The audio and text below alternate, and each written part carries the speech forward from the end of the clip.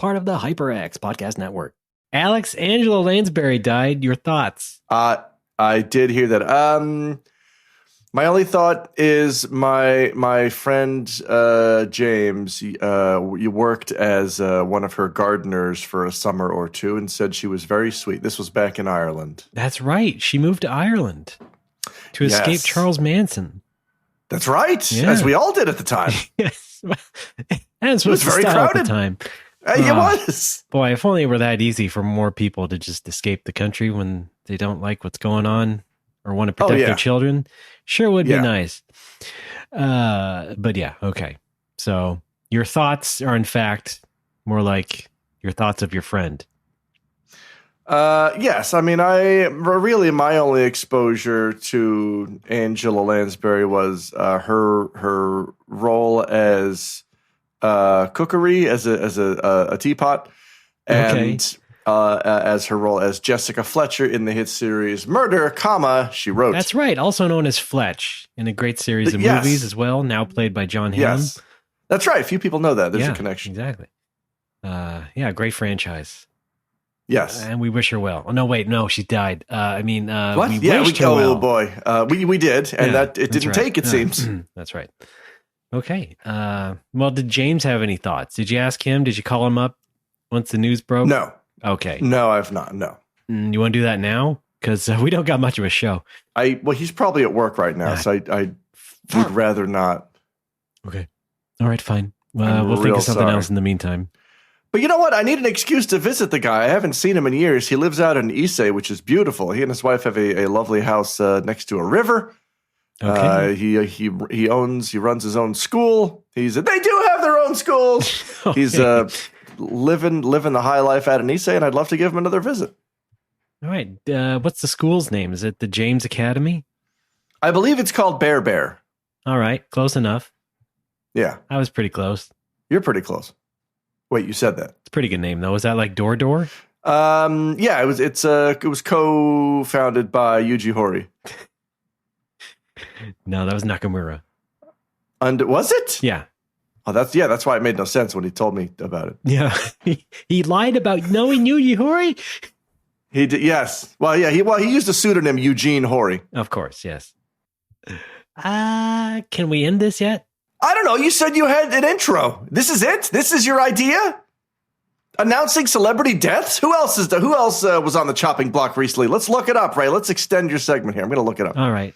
Well, I appreciate the thought. Yeah. Who else did we lose? Can you believe it? Loretta Lynn? Oh, yeah. Oh, we actually did lose Coolio. I forgot about that. That's right. Oh, my God. Louise Fletcher, a real-life Fletcher. Oh, yeah. That's also true, yeah. Maury Wills, Ken Starr. Wait, really? I've never heard of... Yes.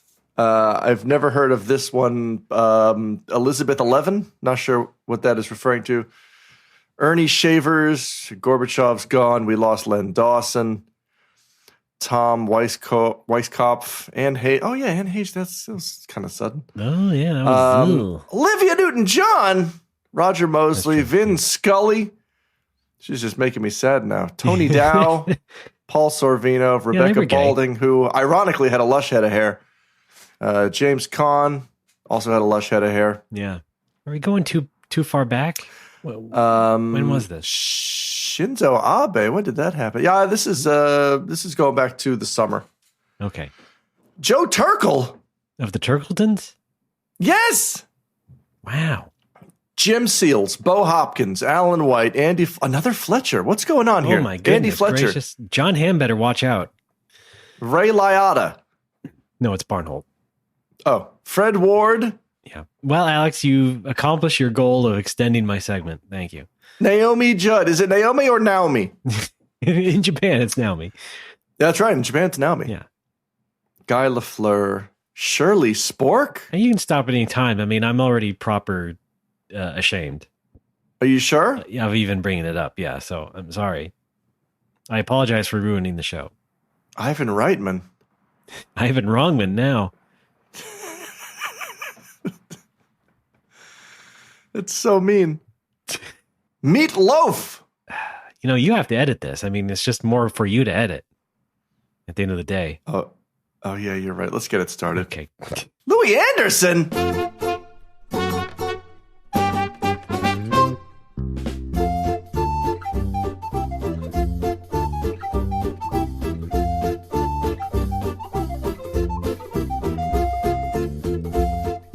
It's No More Whoppers. Welcome to the show, everybody. How you doing? My name is Ray Barnhold, the Jalapeno Poppers Popper. And with me, as always, I'm going to take a wild guess that he is currently wearing shorts, Alex Fraioli. You are incorrect. No! I'm wearing denim pants. Oh, my God. It's a cool, crisp 70 degrees Fahrenheit here in Nagoya City. When has that ever stopped you from wearing shorts?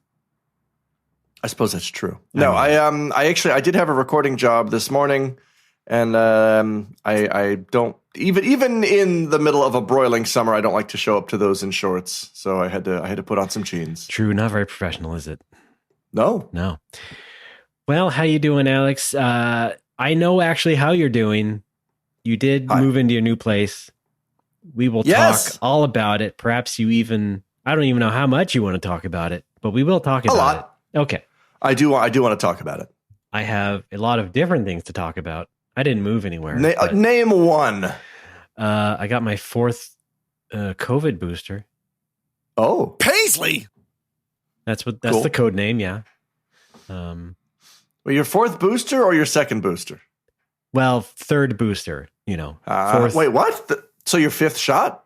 No, fourth shot. Hold on. I forget how it works. I think I'm counting the original set, which was the first one and then the follow-up. I thought the first two were the initial vaccine, like the first half and the second half, and then everything after that was boosters. So Correct. Shot number 3 is booster number 1, and then over here, our Final Fantasy 6 is your Final Fantasy 3. Oh my God, what a nightmare! Yeah, you're right about that. Yeah, so I did get my latest shot. Glaven. Yeah, we all did. The whole family got him. We're all good. Well, except the baby. He can't. That's fun. We'll get the whole family thatched. The baby cannot get it yet. Because baby can't drive there. Is that why? Yes, we just left him at home. Okay. Oh, no. You're on your own, Buster. Oh. He's doing good. He's getting nice and roly-poly. Good. He's starting to smile a lot more every time Also he sees his face. So, yeah. But we're still not... It feels like it's been slow going because it's like every time... we hear or we ask or we wonder about when is he going to start, for example, picking up toys more or noticing things and wanting to play with them more and stuff like that. The answer is always it's either going to be 3 months or 4 months, and we're at neither month yet. Uh-oh. So just waiting for also, asking like, when's he going to sleep a little bit more, uninterrupted? Right? When's that going to happen? 3 months, maybe 4 months, 4 to 6 months. Geez. And we're still here waiting for month 3 to kick in. A couple more weeks. That's here. Fun. It'll be okay. months, but yeah, Jim. What kind of warranty you got on that thing? 18 years. All right. Oh wow, it's good. That's real good. And after that, if we don't like it, and we do, I'm pretty sure we like them. Okay. Otherwise, we can take him back to the nearest Les Schwab tires. Oh, nice. Okay, you can do a little... they got great customer service there, yeah. Do a little trade-in, trade-up, upgrade? No, they just take it back, no questions asked. They run a tight ship at Les Schwab. That's pretty good. Yeah. Reliability. Exactly. Quality is job one is the slogan they stole from the Ford Motor Company. We love them for it. Ford it. Let me tell you what. Let me get some... real egotistical stuff out of the way, shall I? All right. Yes. This is only, of course, barely relevant in terms of the drop itself, but in terms of what it's referring to, here we go. The new version of a game called Little River. Oh. Yeah, so... Wait, we got Boku 5 news? No. Oh. We've got Boku Mive news. Oh. Well done. Thanks, I learned from the best. Great. Some people may have already been aware, but I appeared in the latest Action Button review of Boku no Natsuyasumi. That's right. From Tim Rogers. Friend of the show. Why not? I think he said he listened once 10 years ago. What? I remember a tweet. He said, like, I subscribed to your podcast, and I'm not sure that took. Oh, boy. I don't think that. Yeah, I've heard that from a lot of people over the years. It's okay. Who can blame him? Who can blame anybody? There was also, like weird, like 10 years ago, even there was, I think Andrew Vestal said something like a lot of excitement back then. When he was reviving the GIA, or he made a GIA Twitter account, he's like, I'm thinking about making a GIA network and we can put your podcast on it. I'm like, I don't know. Have you listened to it? Yes. No, not yet. Well, okay. And look at us now. We're on a network. Take a look. Have you seen us lately? Yes. We have historically been on a network. That is true. Yeah. Real quick, I need to apologize again. I'm very echoey and reverby because, again, I just moved in and the acoustics are not good yet. I am working on that. Please stick with us. Just get a pile of foam, put it behind you. It can be any foam. It can be even like soap suds. I have a pile of foam in front of me. I have to wait to put the foam up behind me because I'm waiting on a sofa to be delivered. Right. And the placement of the foam will depend on how tall the sofa is. That's great. Yeah. We're still in this segment talking about me. Let's get it over with. It's okay. Hi, Ray. Hi. Yes, I'm in that video a couple times. Tim asked me to participate. I was all too happy to. Okay. And that's a good video. You should watch it. All right. Wait, real quick. Do you want to hear my Boku impression? Do I have to say yes? Yes. Yes. Boku wa Boku. I see. Right. What do you think? Yeah, that's great. Pretty good. It's his famous line. Yeah. It is. Famous catchphrase. Indeed it is. And hey, okay. That was fun to do, that video. Made a few different clips, only a couple of reviews. That's the point. That's fine. I'm just saying cool. It was fun to do. Coincidentally, around the time that video was coming out, I found a most special item of Boku no Natsume merchandise, a phone strap. Oh, wow. Fun. When the game came out originally, 22 years ago, they released a couple of phone straps and like a keychain.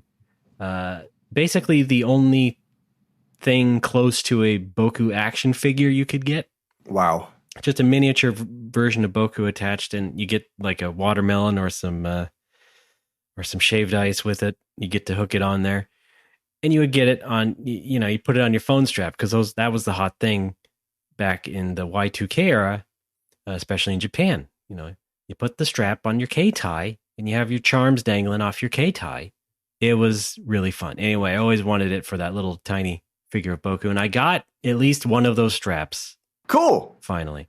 And on top of that, also some postcards. I got some Boku no Natsume 3 postcards, extra merchandise, things I just happened to pop up on the auction sites and everything. And I was thrilled because I hadn't seen those things. They were rare things, and I finally got them. Listen, just because I'm known as the Boku no Natsume expert doesn't mean the train has stopped in any way as far as my fandom goes. I'm still searching for stuff, still looking for things, and by God, yeah, we roll on. You're a true Bokuvist. There you go. That's a good term. Yeah. I'll take that. I went through kind of the opposite thing during the move. I started throwing away a lot of my video game branded shit that I was collecting. No, that's perfectly fine.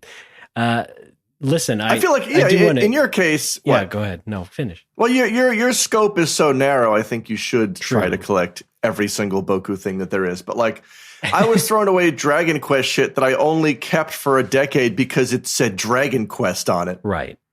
Like I was keeping around. I kept 2. Jesus Christ, I don't even remember when this is, 2008 or 9. But there were like Dragon Quest branded drinks in the convenience store that came in slime shaped bottles. And I bought one of each. I think there was only 2. There was just a red slime and a blue slime. And I bought one of each, and I drank them. And then I washed out the bottles and used them as decorations for the next 14 years. And then finally threw them away after realizing, why do I fucking have these? Wow, fantastic. Yeah. Yeah. You're like, what do I do now? I threw away a lot of shit that I was keeping just because it had a video game logo on it. Yeah. And I cannot live that way anymore, and I don't think anyone should live that way. Yeah. Well, the thing with me and Boku no Natsuyasumi stuff is that it's a pretty small pile of things, and it's mostly paper. It's like books and CDs and stuff. So sure, it basically can all fit on one section of an IKEA Kallax, let's say. One shelf. And so it's not that hard to really collect all that stuff, I'd say. And at this point, the gap is closing. I have pretty much most of it, I would say. So do you have the limited edition Boku Natsu for Vita? No. Or was that on PSP? It was on PSP. Wow, that's how old it is. I forgot. Okay. Yeah. I'm a dork. But then 5 is going to be on the PS5, right? Oh, we can only hope, can't we? Photorealistic. Yeah. Real Boku. Too bad Sony. Street Fighter Real Boku on film. Right. Too bad Sony will not make games like that anymore. No, I mean, no. But like, couldn't Millennium Kitchen just kind of, ride the indie train? Yeah, have you heard that Shin-Chan game they made? Oh, right. Yeah. There's that. Remember that? Sorry, what I mean is, couldn't the Boku series just turn into like an indie series? No, it's owned by Sony. Oh, it's owned by Sony. Yeah. I thought it was Ayabe's own thing. No, I'm pretty sure it's owned by Sony. Yeah. Okay, that's why he can't serve Boku curry in his curry shop. No, I don't think he would want to. Despite my demands, I see. Right? Yes, everybody wants it. He's not bending. You mentioned PSP. I did. I did get that phone strap, and the seller PlayStation Portable for our new listeners. It actually did include something that I didn't mention, which was the Boku no Natsuyasumi Portable. So the PSP version of the game, the Japonica blank notebook that had Boku no Natsuyasumi branding on it, which is fairly useless. It's a little notebook and has a picture of Boku on the front. That's about it. It's a bunch of blank pages otherwise. But, if you are a Japanese person with school notebook nostalgia, I guess you would appreciate that. The Japonica brand notebooks. I've seen I saw one of those for FF14 in Big Camera a couple of months ago. It was designed exactly like one of those elementary school notebooks, but it said something like Charlian Academy on it, which is a fictitious city in FF14. So imagine my surprise that it was even existing, because I didn't know they made one for that game. I got one for Boku no Natsuyasumi 3 when I ordered that when it first came out. It was like a pre-order bonus. They just threw in that little thin notebook with it. So I didn't actually know at all that they made one for the previous PSP game.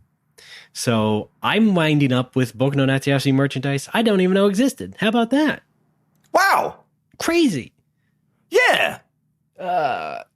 Anyway, that's why I'm special or something. Let's move on. What about do you have any of the Todd McFarlane action figure series? No, I'm telling you, the phone strap is the only kind of action figure. Okay. Thing. I see. Now, the thing is, I do want to use that on my keychain. Okay. I do want to put Boku on my keychain. I am deathly afraid, though, of the paint chipping. So I think I'm going to give him a small, thin coat of lacquer. Oh, like good idea. Semi-gloss or maybe more matte lacquer to extend his life, because it was kept in the package. Thank God. The back of it has yellow Scotch tape on it because it is, of course, 22 years old. But it seems otherwise pretty intact. Didn't get damaged or anything like that. So my God! So wait, if that Boku was 9 years old 22 years ago, that means he's 31 now. Yeah, he doesn't look a day over 9 or whatever. It turns out, yeah. Oh, what a kid! Talking about the Bokester. Can I call him the Bokester? You can. Okay. I won't, because I will not have that poison my tongue. Oh, all right. You can say whatever you want. The Bokester is in the house.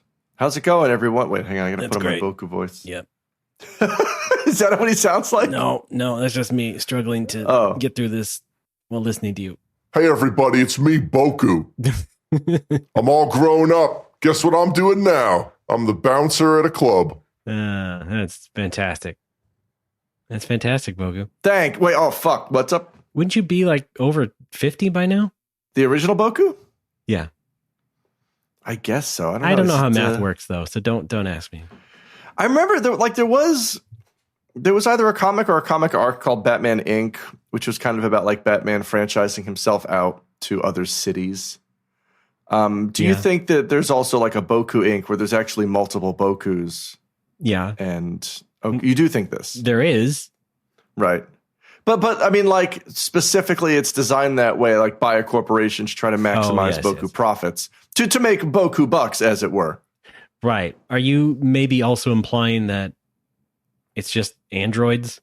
It's very possible, certainly. Boku androids were distributed in the mid 70s. I mean, in a sense, all video game characters are androids. And given the memories of, a real child who lived. Right, yeah, he's got implanted memories. And then have to be taken down by Harrison Ford. Yes! Yeah. Yeah! Like Nami does in Ame. Right. All right. I was waiting for you to say Boku Runner. Boku Runner? No. No? Do Bokus dream of electric sheep? That's good. That's also good. Okay. Yeah. All right. By Philip K. Dakimas. Yeah. All right. I appear more times in that video than you may think. Wait, what? Where I am referred to, just not explicitly, as explicitly. And I want to see if people catch it. Oh, I see. Do you want to hear more from me? Or should we talk more about you? I always want to hear more from you. Okay. Well, we went back to Italy. Okay. Oh, here we go. It was part of a 2-day tour, I guess, of Italian restaurants. I ended up eating at Italian restaurants 2 days in a row. Good. So we went to Italy. They do have 2 restaurants. I'm not saying I went to both restaurants in Italy. I'm saying I went to one of the restaurants in Italy, and it was, first of all, my wife really wanted to go, but she saw the Yelp reviews and it was like 3 out of 5 stars averaging. And she was like, well, that can't be right. So just the 2 of us went because she did still want to go because she was, I guess, captivated. It was about a 3-star place. All right. The fancier of the 2 restaurants, Terra, which you sit outside. Right. In Japan, it's called Tina. Thank you. And just gonna let it go. And the fancier of the 2, they have wood-fired things, blah bitty blah. It's food. It turns out maybe the other restaurant would have been more fun. It is the one that's downstairs, indoors, and I guess probably better for families. It's called La Pizza and La Pasta. As we is that Italian for something? Who knows? I can't. All right. It's Greek to me. Wait a minute. Maybe that would have been You're not in Greek-tally. It's Greasely. Wait, hang on. Greasy food. Yeah. Greasy spoon. Yeah. Is the Greek version of Italy. Yeah. We just had some fettuccine there. Yeah. And it was okay, but not the best. And there was like a ladybug on behind us. That was freaky. God, they let anybody in there. I know. But we did get an appointment there. Reservation would be the restaurant term. Right at opening at 11 a.m. So it was at least a decent lunch. All right, fun. But that was Italy. Of course, Italy also has a grocery store floor, and they have a bottom floor with the pizza by the slice thing and the salad bar or whatever it is. And gelato. We had some gelato that picked things up, of course. Cool. But we did also get some things at the grocery store. And I want to now introduce the podcast event of the year. What? That's right. Here on No More Whoppers, I give you the snack food copy / drink food copy Italy edition. Oh! Da, da, da, da, da, da, da, da. Okay. Oh, wait, hang on. I do have the theme. Wait. Yeah. All right. I bought that too. Good. All right. So I got at the Italy grocery store a cola and some pesto potato chips. All right. So here we go. I'm going to start with the potato chips. Oh, pesto chips sound good. These are apparently from Italy, although the package is all English, and I'm reading it to you in a second. This is San Carlo brand. La Vida è Buona. Buona. La Vida è Buona potato chips. Here's the copy. By the way, this is I did call this podcast event of the year. This is like pretty generic copy, so don't. Oh, you can stop being excited. All right, fine, just read it. Life is always good with San Carlo. La vida è buona. Life is good. Speaks to the Italian way of living life, a life made of simplicity and filled with joy. For us Italians, it's always time to smile, to chat with friends, and share a snack together. Alex, any of this track? Yes, I've often been described as simple, so I think that part of it at least is accurate, leading a simple life. 2 more paragraphs here. All right. A single bite of San Carlo will bring you straight to the heart of Italia, a place where you can indulge in La Vida è Buona. Be prepared to immerse yourself in a tasteful trip through the most iconic Italian cities where sensational flavors will brighten your soul and your palate. Since 1936, we are in the heart of Italians by using only prime ingredients and following traditional recipes which bring out the country's finest tastes. And then one tag at the end here. Discover all of San Carlo's flavors, made in Italy with taste and joy. Gosh, what a bright, happy copy there.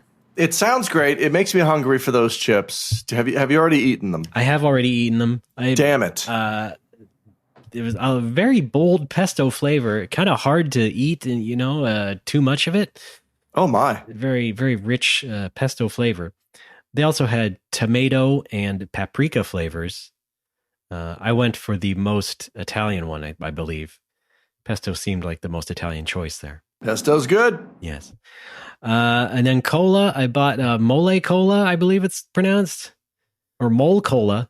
Mole. Any insight on that pronunciation? No. It's MOLE. Ray, I hate to break this to you. Yeah. I'm American. I don't follow. Like I'm not from Italy. I don't know dick about mole cola or whatever. Hi, Larry. I love your show. That's more like what I sound like. All right. I'll go with the more Spanish side of that and say mole. All right. That's okay, fine. Mole? Sure.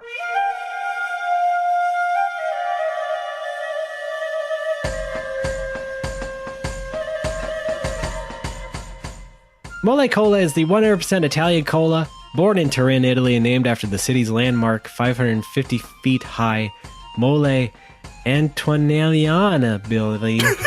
Mole Cola is made from the natural mineral water from the Roccavilla Springs in the Italian Alps. Nailed it. Giving it its unique character. That's it. Verdict, it's cola. All right. Okay, and that was the snack food copy / drink food copy Italy edition.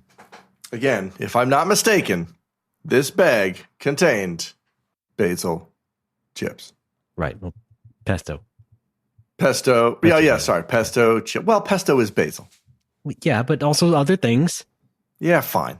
All right. I used to have a hard time trying to explain pesto to my Japanese students if we were ever talking about, Italian food, because I would say pesto, and they would think I was saying pasta. Oh. And just to confirm, I would be like, pesto, pesto? Pesto is delicious. And they would be like, oh, yes, pasta. I love pasta. No, pesto, it's a kind of pasta. Oh, yes, pasta. Very good. No, it's okay. Let's move on. You have the pesto after the pasta. Oh, God. I've been doing my Seinfeld rewatch. I'm about halfway through season 5 now, and a lot of it's still good. There's also just a lot of bad stuff in there. Yes. Yeah. Of course. What's interesting, there was I think somebody mentioned this on Twitter recently, but I watching it reminded me. There's just straight up an episode where George is like trying to peek in on the cleavage of a 15-year-old.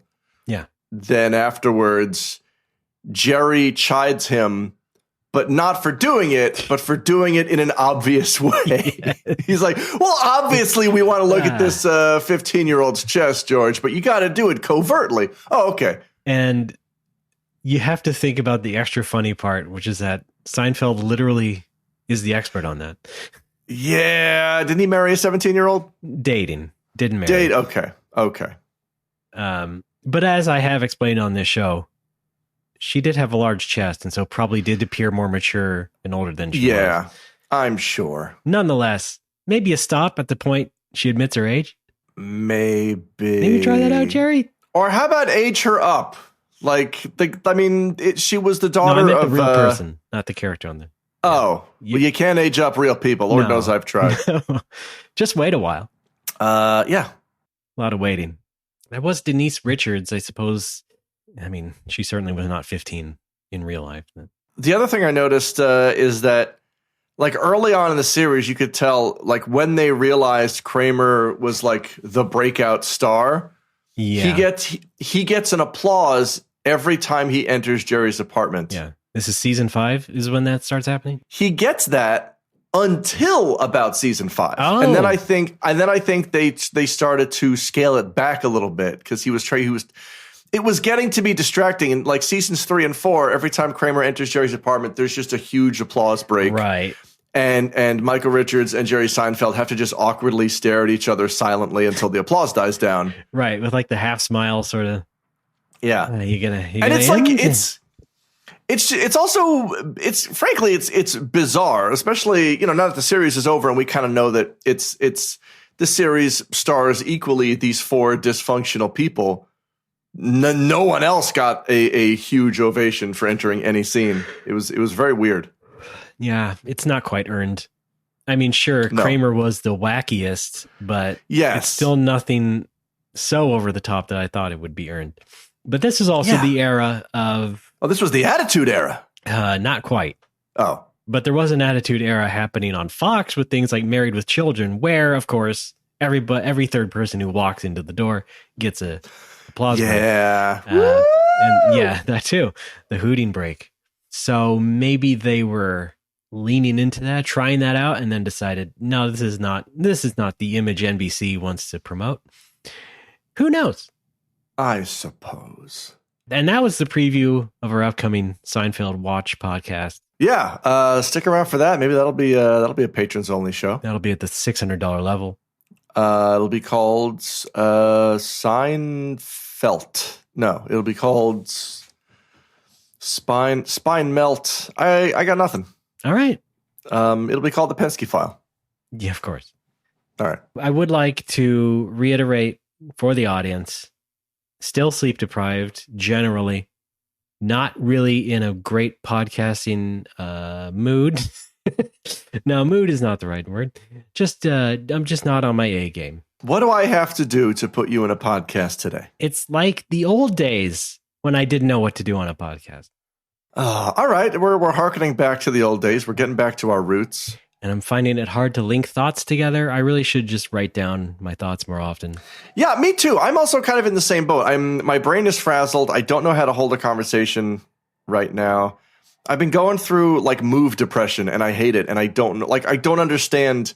Typically, I'm very good at understanding my brain and my thought processes, but like, I don't understand why I'm depressed after the move.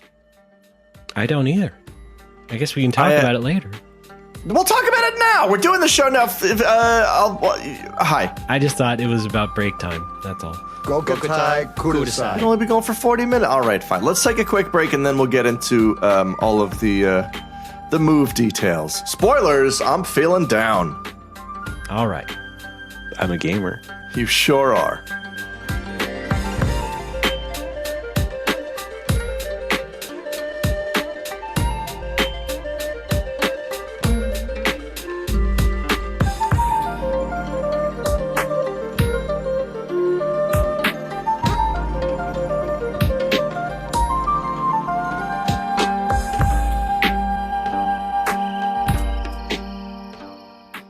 Introducing the new HyperX Cloud Stinger 2. The Stinger 2 is a refined evolution of the classic Cloud Stinger and keeps the fan-favorite 90-degree rotating ear cups, comfortable memory foam cushions, and the swivel-to-mute microphone. It also features 2 years of DTS Headphone X activation for upgraded sound localization, all while keeping the great price of the original Stinger. That's right, Get the new Cloud Stinger 2 for only $50. Now isn't that nice? Available online at Amazon, Best Buy, Walmart, and of course, HyperX.com. Hey guys, Brandon, Vin. Yeah, Joe. You see this thing here? Could you tell me if it's good or not? Well, I'm gonna need an hour. yeah, at least. Should I just wait over there, or you want me to come? No. Talk it out with you guys? Yeah. Cool. Come on, let's go. Podred Review. We review things so you can do things. Every week on the HyperX Podcast Network.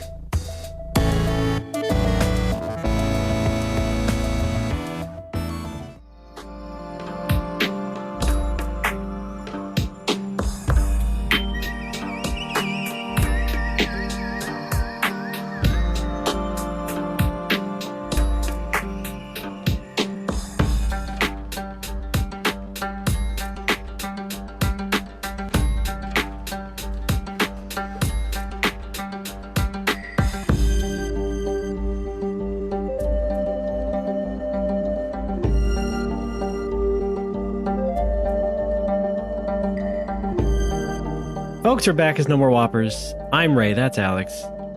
It's what he said is the truth. I don't know why I made this drop. I don't really know what context I was going for here, but here we go. I'm moving. I'm moving. No idea what the point of that was. Oh, you know what it sounds like? It sounds like some bad ADR that you might drop into an episode of Seinfeld. Let's elongate my Seinfeld talk real quick. Okay. We had previously talked about how one of the worst pieces of ADR, I think, in recorded human history was too much sauce. Yes. If you remember correctly. I do. Too much sauce. Yeah, clearly.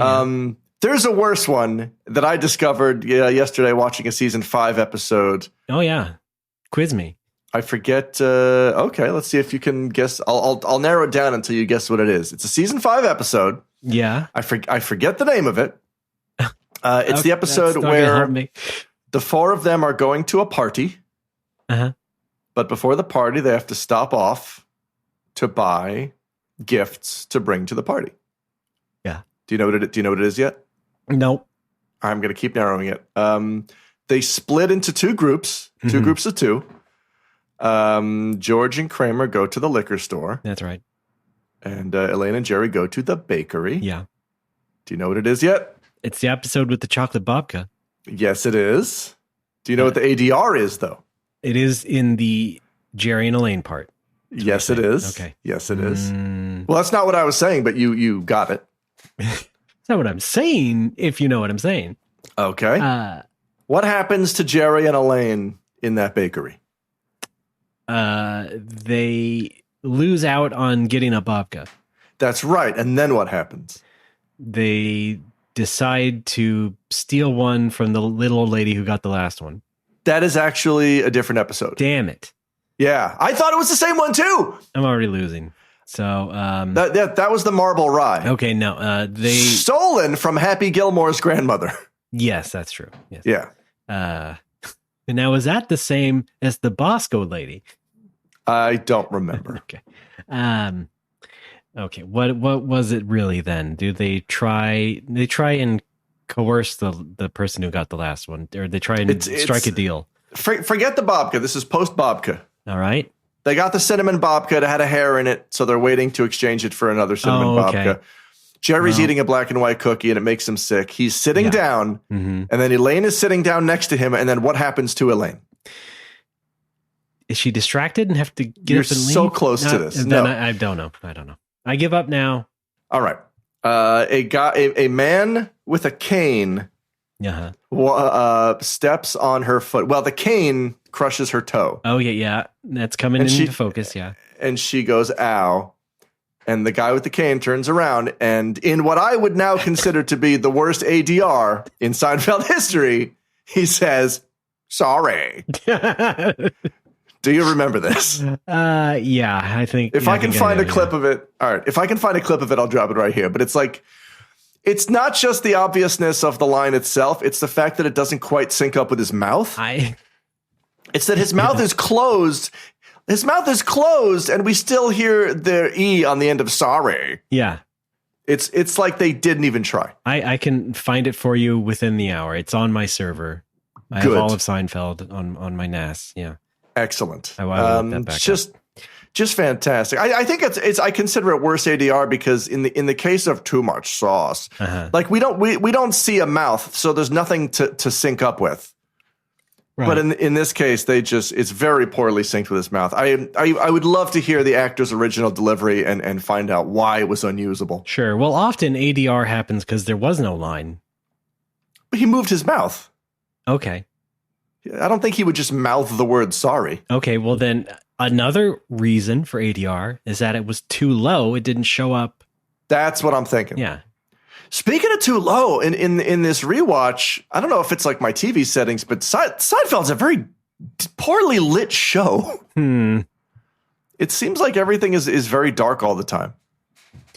And I think that works in the show's favor when there's scenes that take place like in a car at night, like when things are supposed to be dim. Everything looks really good and it's very atmospheric. But in the daytime, in Jerry's apartment, like I should not be seeing so much shadow. I have a take on that. You want to hear this? Go. Yes. I think because you're watching it on a digital screen. Now, if you had seen it on a CRT, it would come up a bit brighter. Okay. I get this feeling too watching like DVD rips. You know, DVD is only like MPEG 2 video. And if you're just watching it on your flat screen, it doesn't look that great. You kind of need the interlaced and just general glowiness of a CRT tube. That, of course, means cathode ray tube. Thank you. To really bring out the full clarity of that video image. And I think Seinfeld is probably like that in that, they're lighting it based on what they're seeing at the time on CRT monitors. And it looks better when you watch it on a CRT. That's my take. All right. Well, there's only one way to find out. Okay. I mean, I could find out at work because I do have my Seinfeld DVDs. I do have a CRT at work. Yeah. I could bring them down, hook up the PS2. Yeah, well, that might be good. I'm gonna have to hear it. I'm gonna have to hear the actual line and see if I agree with you with too much sauce. But yeah, that does sound like a too much sauce. Pretty big contender there. Yeah. Sorry. It's so bad. Is that Capone? I mean, it's like the guy's a cartoon. It's not good. Goodness gracious. Well, onto this bit of ADR as well. I'm moving. I've moved. Yeah. Yeah, cut that and make a whole conversation out of it. I guess I'll have to. The whole progression. I still don't know what that was all about. I don't know why I clicked that. I don't know either. I've done that too. What I do when I want to pull drops from other podcasts is if I'm listening to them on the go, I'll hear something I want to clip as a drop. I'll pause the podcast. I'll stop whatever I'm doing. I'm usually on my bicycle. Mm-hmm. I'll pull my bike over. I'll scroll back to where it was, and then I'll pause it right before it's said. And then I'll take a screen cap of my phone's screen so I have all the information I need to gather this drop. Yeah. Yep. And I'd say about half the time, I just cannot find it. No, I cannot. I scrub through an episode of like Never Not Funny, for example. I'm like, what was the clip I wanted? It couldn't be this. What was it? And I think what that is most of the time, like it's a clip that makes sense in a certain context. And after the fact, I forgot, like I can't screen cap context. No, right. And after the fact, I've forgotten what the context in my brain was that made me want to get it. So who knows? Who knows anymore? Yeah. Anyway, yes, I'm moving has become I've moved. Great. Where we bought a place. Yeah. Thank you. It's very nice. We love the place. The only problem is after having moved in, I find myself in a dank depression, and I don't know. Like typically, I pride myself on understanding my own emotions and how my own brain works at any given time. I'm very good. I've gotten very good, I should say, at sort of understanding how I tick and why I feel the way I do at any specific time and date. And well, I feel bad for you. I've never been depressed after a move. I think what it is in this case is especially when they had so much going for it, right? So yeah. Yes. Well, I mean, right on the surface, it sounds like I should be overjoyed. Like, right. We moved out of the small place we were in for 7 years. We've moved into a much bigger place. We have much more space. It's much closer to work. We are literally next door to a supermarket. It's very convenient. Wow. Yeah. We have a beautiful view on the top floor of a river and Nagoya Station and beautiful buildings all around us. Why am I feeling sad? Yeah. Why? All right, Jesus. I think this is just a theory, a game theory. Uh-huh. I think that it's because we bought this place. We own this place. It is ours. That means we are now tied to a mortgage, a 35-year mortgage, which by itself is not so bad. It's just, we'll be living rent free. I'll be living rent free at 74. Yes. And my wife will be 75. I think it's the finality, the long termness of it. The fact that, we're on the hook for this place for the next 35 years, which equates to, in my brain, then you'll also be living there for the next 35 plus years. Which is not true. Which is not, well, we don't know for sure. Not necessarily true, is what I'm saying. Not necessarily true. That's right. It feels like like when we first looked at the place and I wanted it, my first thought was like, this place is perfect. This place is great, but I guess this is it. I guess this is the first place the first place where I'll have to call an ambulance. It was like, well, I'm going to die here. So let's get used to it. Uh-huh. Yeah. Like, come on now. I don't know. We are almost 40. I don't know when folks are supposed to go through their midlife crisis, but I think this is the beginning of mine, which is, I'm living in the place where I'm probably going to die. That's cool. And it's bringing me way down to the point where I can't enjoy the place. I'm sure I'll snap out of it in time, but right now it's not pleasant.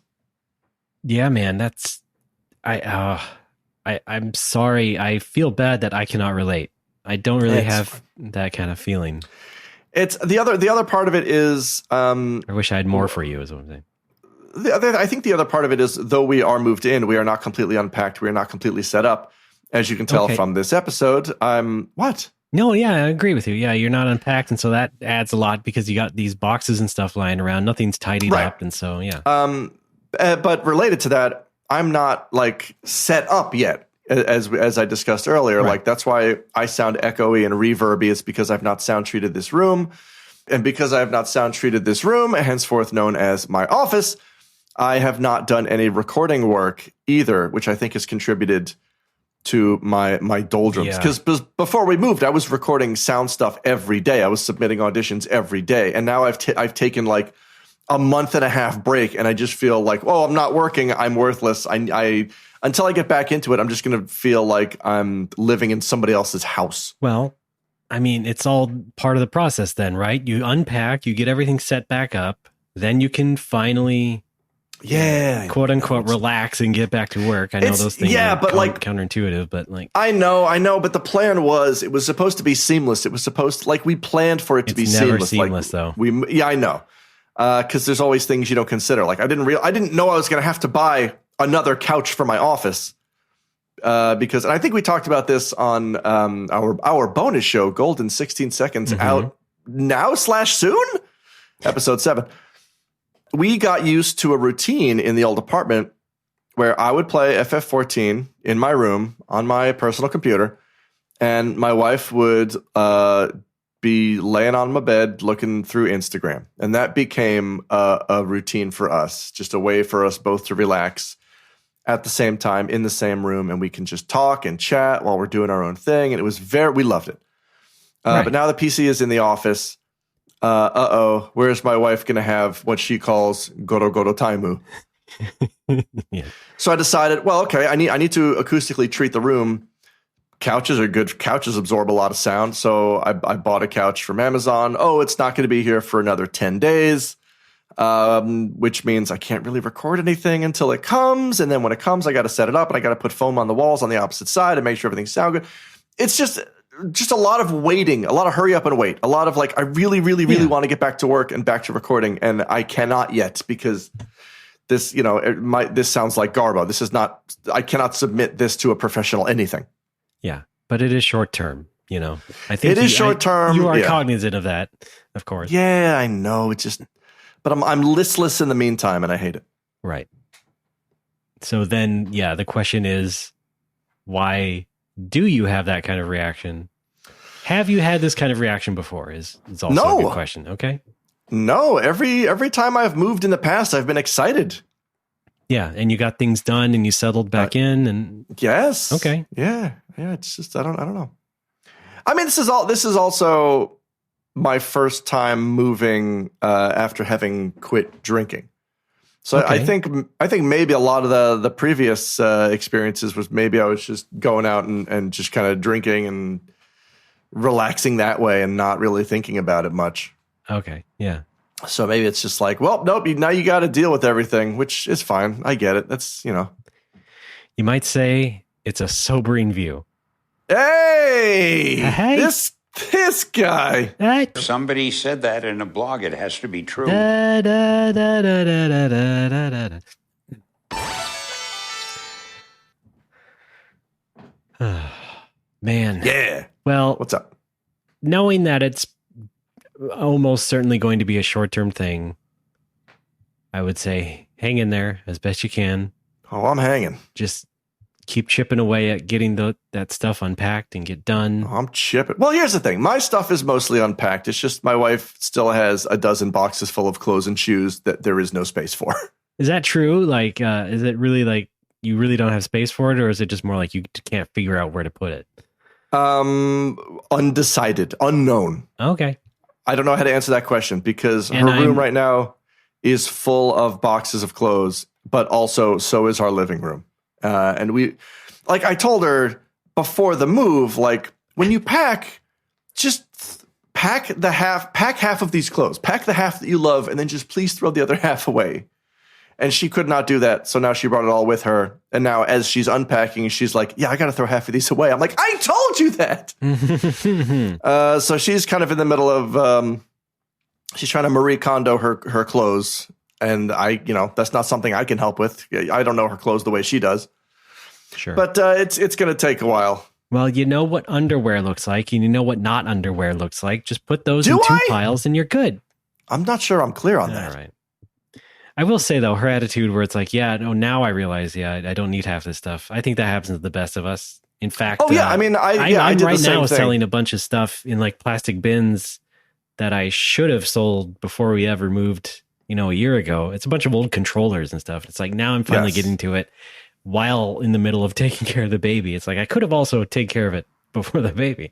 Yeah. I didn't do that either. I mean, I did the same thing. I made some realizations after the move and I was unpacking. I'm like, I don't need this. Why do I have this? Yeah. Yeah. It goes like that kind of pendulum swings both ways. It's like there's things that you realize in the moment you don't need, and then the after ones where it's like, what? Yeah, this was a waste. Yeah, it sucks that when you're packing folks. Here's some advice for folks who are moving soon. Don't fall into the trap of when you're packing and you put something in a box and you think, well, who knows? I might need this. Right. Like, stop and think about it. Like, do you really need that? Like, I packed 3 sets of curtains from the old place, and I unpacked them, and they're half-length curtains. There's no half-length windows in this entire place. Why did I bring them? I should have just chucked them. Hey, if I may bring this back to Boku no Natsuyasumi. Yes. I did the thing where like I had every Boku no Natsuyasumi strategy guide. So like 1, 2, 3, and 4, but also the PSP versions of 1 and 2. And the PSP versions are more complete games, but the strategy guides were based on the originals anyway, and so a lot of the content was literally identical. Oh. So I just got rid of the original PS1 and 2 versions of the strategy guides because it all covers the same shit. So that's a small example of even things that I love dearly. I realize I don't need this. Yeah. Yes, like I mentioned earlier, it felt good to get rid of a lot of the Dragon Quest stuff I was hoarding for years that I just do not need. Whoring, yes. A lot of the things I was Sugiyama-ing. Killing? Yeah. Tossing out? Like an old shoe? Yes, like an old Mad About Shoe. You rewatching any of that? I should. What does Simpsons stream on? Is that SFX? What the fuck was that noise? Oh no. Was that you? It was me, excuse me. Are you getting a call? No. Are you sure? No, I'm not getting a call. It feels like you're feels like you're getting a call, Ray. Hang on, I'll let them. I swear to God, I am not getting a call. Take it. Take the call. Take the call. Hello, Mr. Barnholt. Oh. Yes, hello. Hi, this is Sarah, plain and tall, with Prudential Insurance. Hi, yes, Sarah. Hello. We wanted to just let you know we haven't received your payment for September. I see. Okay, and we're sending a guy over now. I see. Well, I don't have Prudential Insurance. All right, my GPS shows he should be at your door in just a few seconds. I have Nationwide. They're on my side? Well, you're going to need him, because here he comes. All right, thank you.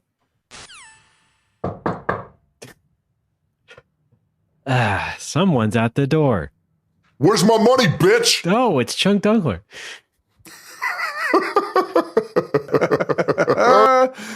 Chunk, you remember me last time on the show? Oh, wait, I think he's gone. Oh, well, darn. Psych, I'm back, idiot. Oh, okay. Pay up. It's $3.75. All right. Cents? Yes. All right. There you go. Let me just get this. There you go. Yeah. This is my part-time job. Thank you. Go get yourself something nice. It's not for me. It's for the company. Spend it all in one place now, Buster. I do get a commission. Okay. Well, that was a nice moment to see him again. I own every game on Steam. Yeah, we know, Chunk. God, jeez. All right, is he gone?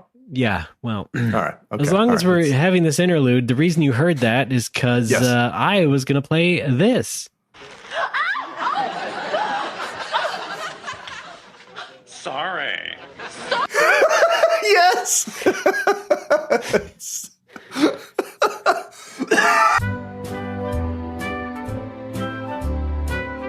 Oh my God. Well, now I'm not so sure that was 80 yard. You're kidding me. I don't know. No, look at his mouth. Play it again. Look at his mouth. His mouth closes a million years before the sound is finished.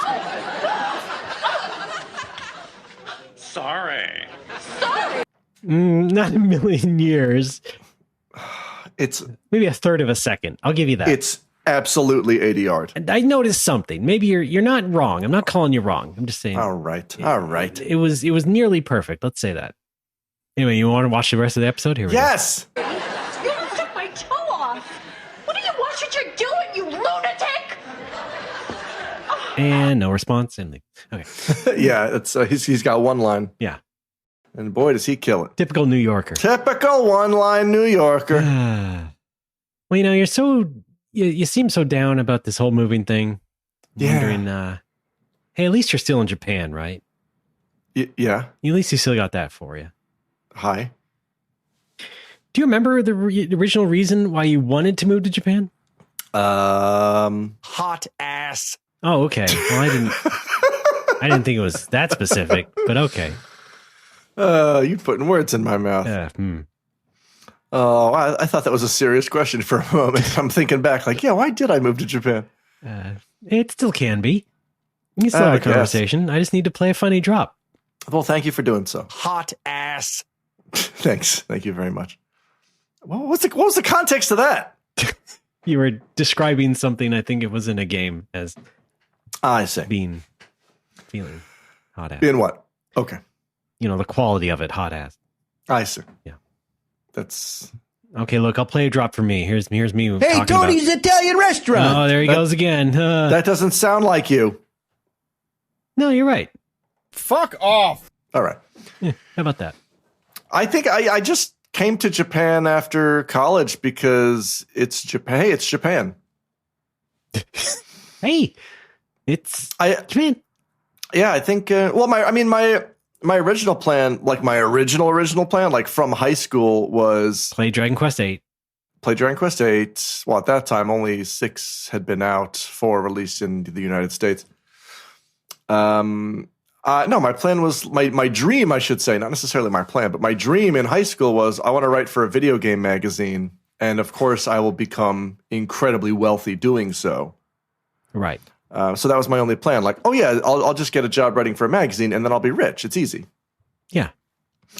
And that's kind of what inspired me to apply to the GIA, and that's how I met you, and how I met your mother, and eventually got work writing for video game websites online. True. Never wrote for a magazine. I don't believe I ever wrote anything for a magazine. Kind of, fortunately, by the time I was giving up on the dream, that industry was dying anyway. Yeah. Trust me, I know. Yeah. Yeah. So yeah, but I remember when I was in college, I applied to Ohio University's School of Journalism, which Ohio University, not a great university, but they do have one of the best journalism programs in the country. I believe it's called the Scripps School of Journalism. And so I applied to that, at the time, still thinking, oh, right, video game journalism is real journalism. Spoilers, it ain't. But maybe it will be someday. Right, maybe it will be someday. Maybe I do need an actual journalism degree to write about fucking Pac-Man versus... There's that recall again. Yeah, it's great. And so I applied to this School of Journalism. And when you apply, they want writing samples of like... I know, right? Yeah, journalism things you've written. It's like those... it's like... You're trying to get a job. You want this entry-level position, but they also want 5 years of experience. Like, right. Okay, for journalism school, though, that is weird. Yeah, it's different. It's different if it's like art school, right? It's like like you can paint or draw from when you're a child, but journalism's like, yeah, hang on, let me fax over my latest op-ed from the New York Times. You fuck. I solved these murders when I was 10. Look, here's the clippings. Boy genius baffles killer. Yeah. That's me. So I just sent, like, when I applied to this journalism school, I printed off and I mailed in like 6 news articles from gamers.com and oneup.com, which were like, it was all bullshit too. It was all like, Pokemon breaks sales records again. Yeah. And ironically, the same things that got you into E3. Yeah, right. And I even had a letter of recommendation written by our good pal who I will keep anonymous for this story because he boneheadedly misspelled the name of the school in the recommendation letter. He's like, this is why I believe Alex is a good fit for the Scripps School of Journalism, and then misspelled Scripps. Or it was auto-corrected by his spell check to Scripts, because Scripps is the school is SCRIPPS. Yes. And he wrote SCRIPTS. And so, like, he mailed me that letter, and it was too late to change it. And I'm like, I have to submit it as is. So I just submitted the letter with the typo in it, and yeah, they didn't even get back to me. Of course, we had talked about this on Golden 16 Seconds. If people want to hear more about Alex's school follies, that is covered on our first couple episodes of that. Yeah. Goodness gracious. I did have plenty of school follies. Yes, indeed. Enough said. And then after that, I was just aimless. I was like, well, I don't know what I'm going to do. Like, I changed my major like 3 times from it was going to be journalism, and then it was music, education, English. English is easy. I speak it already. Let's do that. Arc welding. Yeah. And then I only came to live in Japan because I studied over here at Chubu University. And the only reason I did that was, like, I wasn't going to. I wasn't interested in living in Japan at the time. I wasn't interested in doing anything in Japan. I was taking Japanese class because I was a fucking weeb. Like we all took Japanese because we were weebs. That's how it is. Yeah. And they had the study abroad program going on, and I wasn't interested. But my friend was, and so he was going. They had their first meeting for the study abroad program, and I didn't go, and he did. And he's like, hey, there's still room if you want to go. I'm like, nah, I already missed the first meeting. And then they had a second meeting. Yeah. And the same thing. He's like, hey, there's still, if you want to come, there's still some space. And I'm like, I don't want to go to Japan. Oh, boy. And then by the time the third meeting rolled around, I think something had happened. Like, I think I had broken up with somebody or been broken up with. And I was like, I don't mind leaving the country right now. So I went to the third meeting. I just jumped in the middle of this planning session. And then that was that. It's like, hey, guys, I'm Alex. I've been here the whole time. I definitely want to go. Hi, yes. Remember me? Yes, of course you do. I've removed my stealth camouflage. Yes. Yes. Great. Yeah. Honestly, I was just... I think a lot of my trepidation stemmed from the fact that I just didn't like a lot of the people in my Japanese class, and I didn't want to study abroad with them. Oh, of course. Yeah, no, I wouldn't want to be caught with those kind of people on a plane or bus or anything. But then when I showed up to the meeting, like, it was all cool people. Like, everyone was cool. Oh, all right. Like, all the people I didn't like. Yeah, where were they? They're the people who kind of don't give enough of a shit to actually go to Japan. Like, I was terrified. Like, this one obnoxious guy from my Japanese class would be there. The guy who I would. If it was me, I would just think I was just going to be anime club. Exactly, and I hated Ohio University's anime club because it was just full of obnoxious idiots. That's every anime club. I know. Just telling the listener. There's one guy in my Japanese class and anime club who, like, around the time that. They unveiled the cell shaded style for Wind Waker. You remember the backlash on that? Yes, I know where this is going. Yeah, he took this as a personal affront, and he just came into Japanese class one day just visibly furious, like it was a direct insult to him. Like, it's incredible how serious some people take fucking video games. How seriously some people take a toy. It's fine. It's a fucking video game, you idiot. It was the worst thing this country had seen since 9/11. Jesus Christ. And that was only a year prior. I mean, how could they do this to us? I know. It's too soon. Give us real duh. All right. You mean Knights' alter ego? Yes. I used to listen to that song going to sleep in high school. Because it was on the Knights disc. The menu the theme song to Knights. No, the vocal, the song, the theme from Knights. Right. In my dreams, I could see you not far away. Anytime, any place, I can't see your face. Like the acapella version. Yeah. You are Ray Barnholtz that I've been searching for, and I hope let's play Knights. Is that how it goes? Pretty much. Yeah. You want to play Knights? Yeah, always. You don't even need to ask. All right. Get the orb. We're out of time. Eat the fly, eat it. You can count on Slippery Pete.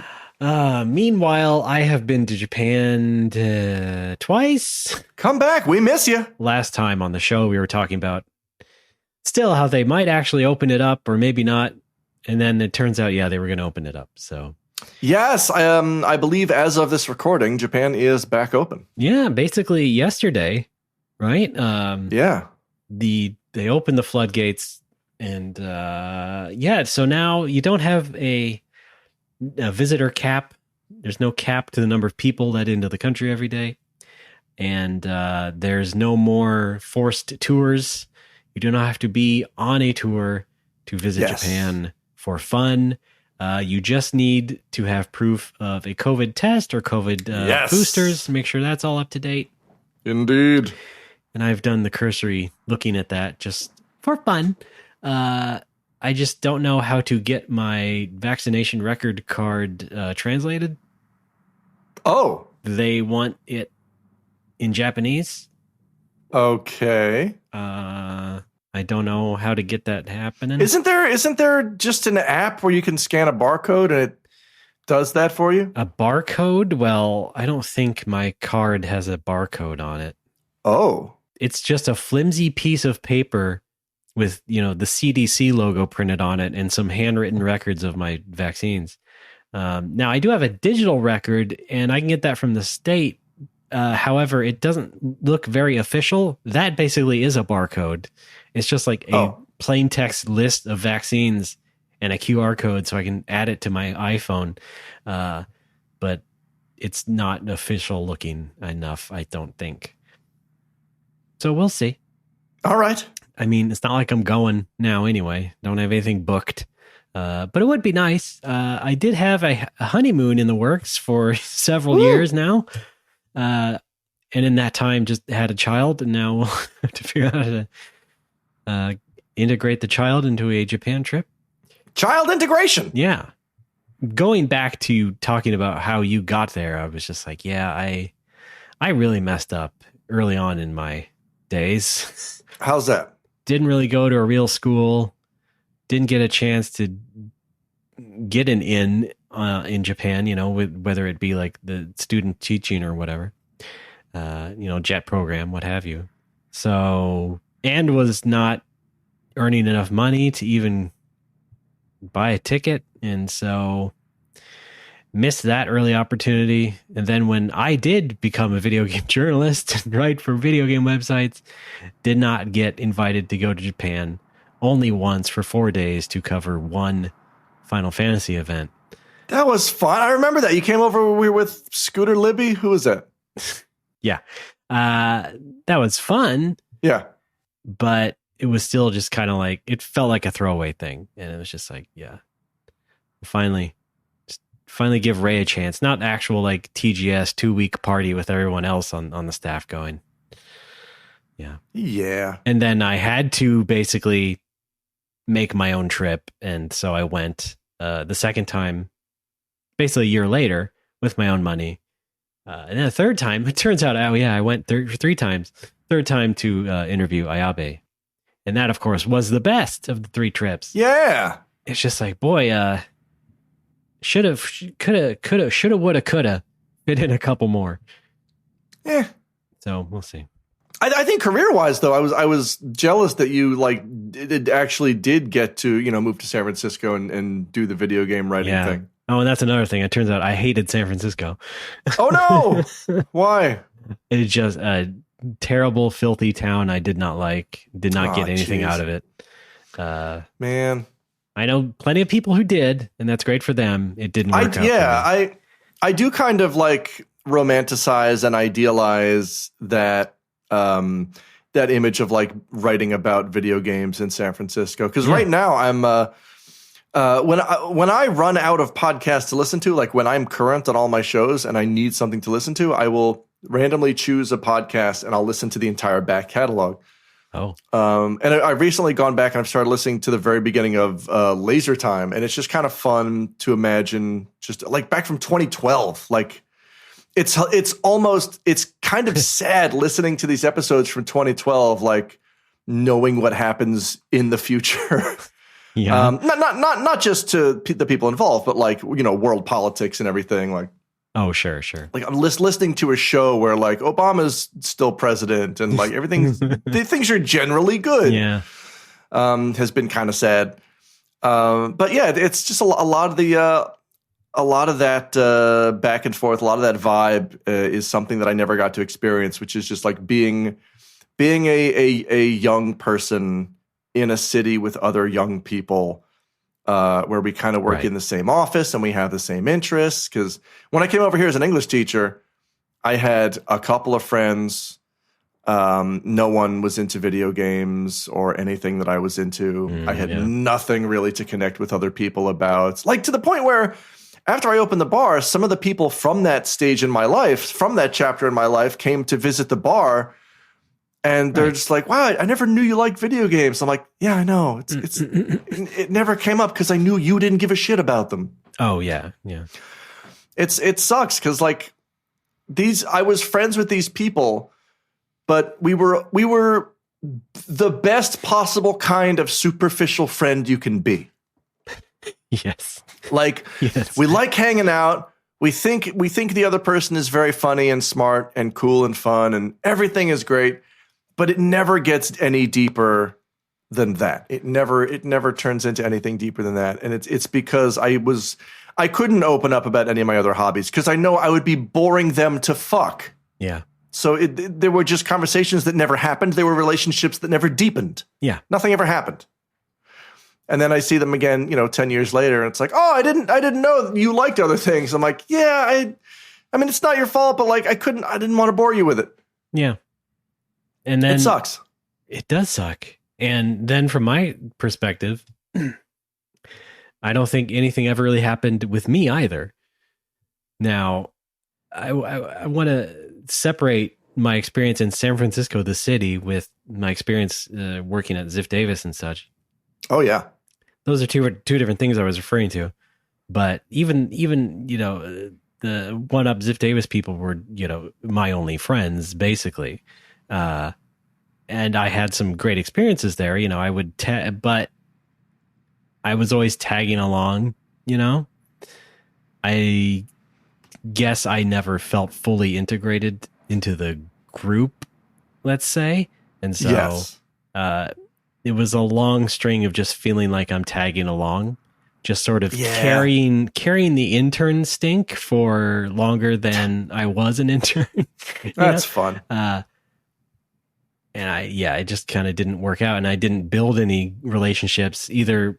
I did build some. I'm saying I didn't build ones externally. Like you look at all the ways that people in that company and stuff made friends with like PR people or whatnot and other things of that nature, where eventually they would have their connections, offer them jobs at the game companies and things like that, and they would get their meal ticket out of that journalism hellhole.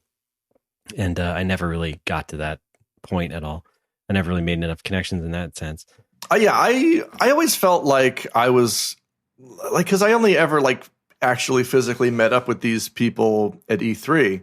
Yeah. And so because of that, I never actually felt like I was a part of that group. I never, and also because when I was freelancing, it was all remote. It was all online. So I never actually went to the office. I never actually met any of these people outside of E3. And I hated it. It always felt like I was just kind of stuck on the outside looking in. Even though I was working for them and getting paid by them, I still felt like I was an outsider. Yeah, well, that freelancer helper sort of role, especially at E3, that's only going to be magnified there. Yes, for sure. But I had hoped that maybe I would get past that eventually once I actually was offered to move there and everything.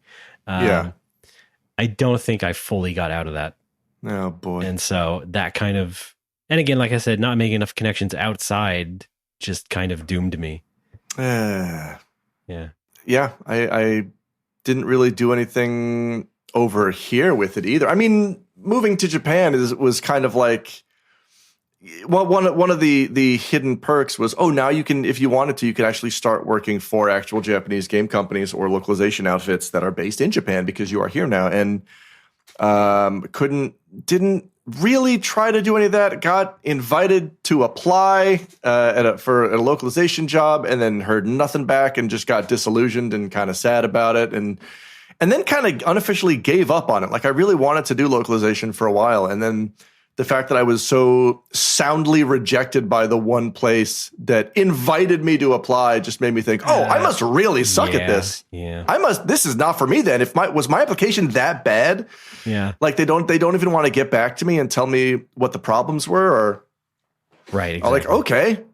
I mean, I all right, sure. I guess that's a pretty direct message that you suck at this. You should do something else. So I gave up on it.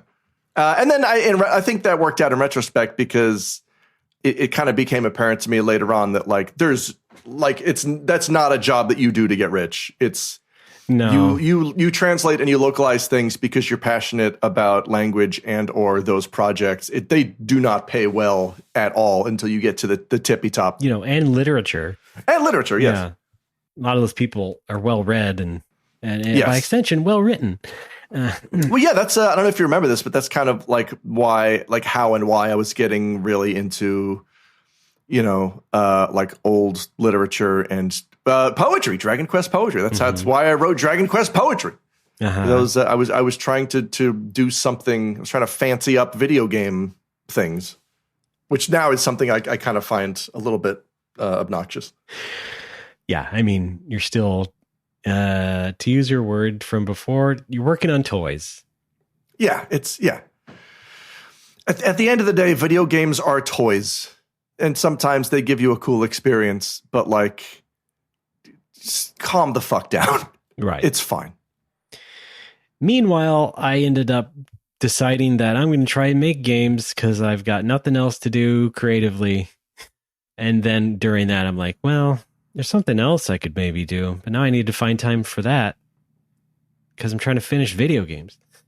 So, yes. It's a whole new bag of BS. And trying to find connections there, too. Oh, God, I'm so bad at everything. It's just nonstop horseshit all over the place. Yeah, I mean, our brains, well, okay, my brain just is not equipped for certain things that most people seem to just deal really well with. Yeah, I too have dumb brain. What kind is your brain? I don't really know. Okay. But perhaps the same as yours. One of the reasons I wanted to start the bar is because I wanted to work alone and do something by myself because I don't work well with other people. Yeah. I tried to do a podcast with a local guy years and years ago, and it kind of didn't work because I kept trying to micromanage every aspect of it, and I would just do nothing but get annoyed at him all the time. Now, in my defense, he was doing some annoying things sometimes, but it's also my responsibility to sort of take that in stride and work on the thing and make something presentable. And it was getting to the point where I do not want to work with him or anybody else except you. And even then, even then, I'll yell at you sometimes. Yeah. You buffoon. Now, of course, as we said before, like after you stopped doing a podcast with that guy, you ended up making amends. Oh, yeah, eventually, yes. So are you comfortable saying his name again yet? Just like at that point, maybe. All right, I'll say Shinzo Abe. Oh, my goodness. Yeah. Yeah, I remember that. Yeah. And I mean, doing the bar, like I'm well past the point of no return now. Like there is no way I could go to work in an office with other people now. Like I'm done for working with other people. And I'm hanging by a thread because I'm trying to get a degree so that maybe I could do that again. Yeah. And if that doesn't work out, well, I guess we're going back to Twitch. Yeah. Well, that's the thing is that I would like to eventually just be doing things that were alone, except for this, like the podcast. I want to do the podcast with you, and I want to stream on Twitch, and I want to record voiceover, and I would like that to be all of my income. I can't do the bar forever because I'm rapidly just getting sick of people. I hate dealing with people. I hate talking to people. I hate drunk people, and if you're annoying, I hate sober people. I just maybe sobriety wasn't the best choice. It was the better choice. Okay. It's just I cannot. I am rapidly approaching the point where even making the most mundane small talk with new people is enough to shut my brain off forever. Yeah. I've answered the question so many times. Why'd you start a bar? Wow. What made you want to come to Japan? What made you want to do blah, blah, blah? Was that real manure? Et cetera, et cetera. No, it wasn't. I mean, I keep going because I have a handful of close friends who come to the bar who are like, they will brighten my day 100% of the time when they show up. And it's always nice to see them. And it's always nice to talk to them. We understand each other in a way where we can say dumb things and instantly, where we have a shorthand. We can have a conversation.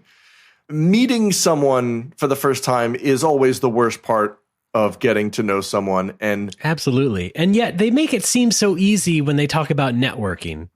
Like, yeah, networking sucks. Yeah. That's etc. I'm not even going to go that much into it. Just like everything about networking makes it seem so fucking easy. Yeah, I've also got my own hangups about like that kind of lifestyle. But like anybody who, like I had a guy come into the bar a couple of days ago who is what I can only describe as a money bro. And I've talked about money bros before. And the money bro is the kind of person who just wants to accumulate money and to that end just needs to network and meet more people and make some investments and just try to get more money. And Sure. And I'll say things that make sense from my point of view, and I'll see the look on his face that says, "But how do you make money that way?" And then I've got to explain, like, well, I don't like not all the decisions I make I need to necessarily lead to profit financially. Like sometimes I make a decision because I want to have fun, or I want to hang out with this person, not to gain anything, but to have a good time. And it's a world that some people can't quite grasp. Yeah. And it sucks. That's just the way the world works. Well, the world's dumb. Well, what are you going to do about it? I don't know. Oh. Well, also, I want to clarify. All the talking up of networking is not necessarily reserved for money bros. It is going to be for a lot of different people. And not that doesn't make it suck any less, but it's becoming such a way of life and like way of even mild success. It's like, I just don't want to come off as an idiot to people I barely know. There's also that, yeah. This is what it comes down to. That's actually, that's been one of the biggest advantages of the bar is that I think in people's minds, I don't have a specific context like, oh, Alex works for such and such. Oh, Alex did X, Y, Z. It's always just, oh, he's the bar guy. He's the guy who runs that bar. So when people do come in who I guess have a resume, let's call it, who have actually done impressive things, I don't necessarily look or feel stupid if I don't know who they are. Yeah, right. Because that's happened before where someone will come in who has worked on a massively successful game. Is it Yuji Horii? No. Oh. But Jero met him. Jero sent me a picture of him hanging out with Yuji Horii, which is pretty cool. That's right, Jero. Yes. Yeah. I got a visit from Jero, which I talked about, which is, that's good. That's the positive networking. I meet people through Twitch. Jero is good. Yes. Jero. Wait, what rhymes with Jero? What can I have? What kind of exclamation? Jero is Guerrero. Nailed it. But like someone will come into the bar who does have, let's call a resume, and I don't keep up with a lot of stuff, so I don't know who they are, and that's okay. Like I don't necessarily feel stupid. You know why? Because you're in my house. You're in my place. It's fine. It's not a big deal. It's actually kind of nice. I can afford to be ignorant sometimes about these things. Yeah, you're the bar guy. I am turning into only being the Boku no Natsuyasumi guy, which, hey, not complaining, but I didn't make the game, so... No, you didn't. I don't got a whole lot to hang on to. So, yeah, now it's just like, gotta try and do other things. Do them! I guess, to put it as simply as possible. Well, that was some discussion. Yeah, we did it. I'm not sure where we started. Oh, actually, I do know where we started. What's that? Hot ass. Oh, that's right. Yes, of course. Right. The hot ass index is on the decline. Shall we take another break? You feel like that? I am speaking, of course, meteorologically. Yes, let's take a quick break. All I have to say about that real downer of a segment is sorry. Let's do that then. We'll get out of this funk and try to talk about something more positive. Yes. Like nuclear war. We'll be back. Yes. In a dream I can see you're not far away. Anytime, any place, I can see your face. You're that special one that I've been waiting for. And I hope you're looking for someone like me. In my dreams, I can hear you calling me in the night. Everything's so sweet in your eyes. We're here to announce a special deal for all of our No More Whoppers listeners.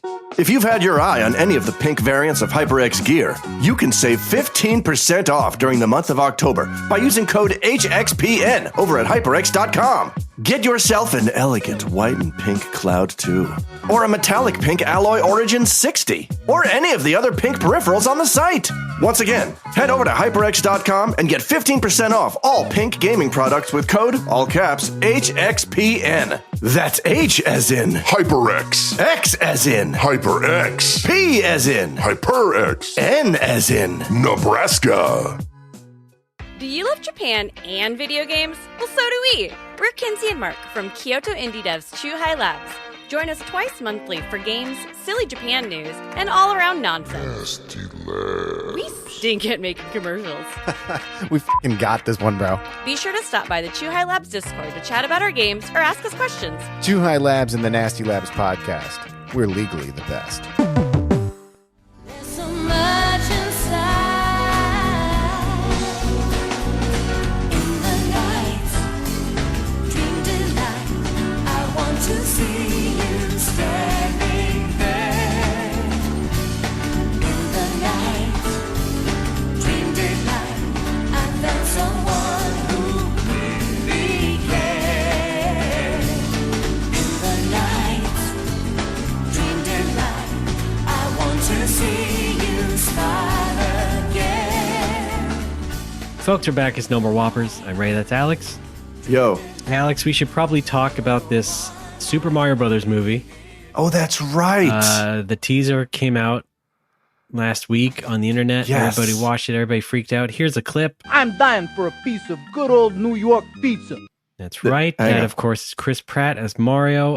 Wait a minute. Yeah, what? Are you sure? I think that's from something else. No. That I got it all right. In fact, there was also the rumors that Charles Martinet does show up in it. He is a narrator figure, apparently, or something like that. We did get a clip of that. Here it is. Koopa straps Toad into a chair. No, that sounds just like him, right? I don't think. Yeah, I think so. That's no. Yeah, pretty good. I did watch the trailer. I think it looks like a very fun movie for 11-year-olds. Have Of course, fun. yes. Yeah. It's fine. It looks have good. fun. You go have your fun. No, it looks like in the same way that video games are toys. Yes, this is a great movie for kids. Yeah, I and boy, hope they got toys lined up. Don't worry about that. Of course, you got a merchandise. Oh yeah. Now I do want to play the clip from the Nintendo Direct that preceded the actual trailer, where they had some greeting messages from Chris Pratt and Jack Black. And most people already heard this by now, but I do want to replay the Chris Pratt greeting message. Have you heard this, by the way? No, Okay. no, I have not. People have already been dunking on him for this, but I do just want to play a bit more of They've it. been whatting on him? Drink. Wait, that's not the one. Tankachino. There we go. All right. Another great clip from the Super Mario Brothers movie. Yeah, you're not. Oh, here we go. Growing up, man, I spent hours of my life stomping Koopas in the original Mario Brothers arcade game at my local laundromat. And then, of course, it came out on Nintendo, and I played that, maybe years of my life. It's an honor, truly, to be able to speak to the man who created those memories for me. Yeah, that's great. I just want to stop and just point out, people have said, Chris Pratt doesn't sound like Mario. This is not the voice of Mario. He barely sounds like Mario in that trailer. I want to say in this clip, this sounds like a man who not only hasn't played a video game in a long time, but was probably specifically the type of kid who stopped playing video games at like 13 to pursue, sports and girls instead, and then just dropped off for a while. Yeah, but if he's talking about original Mario Brothers, that was out before he was 13. I think there's a good chance that his memories are accurate.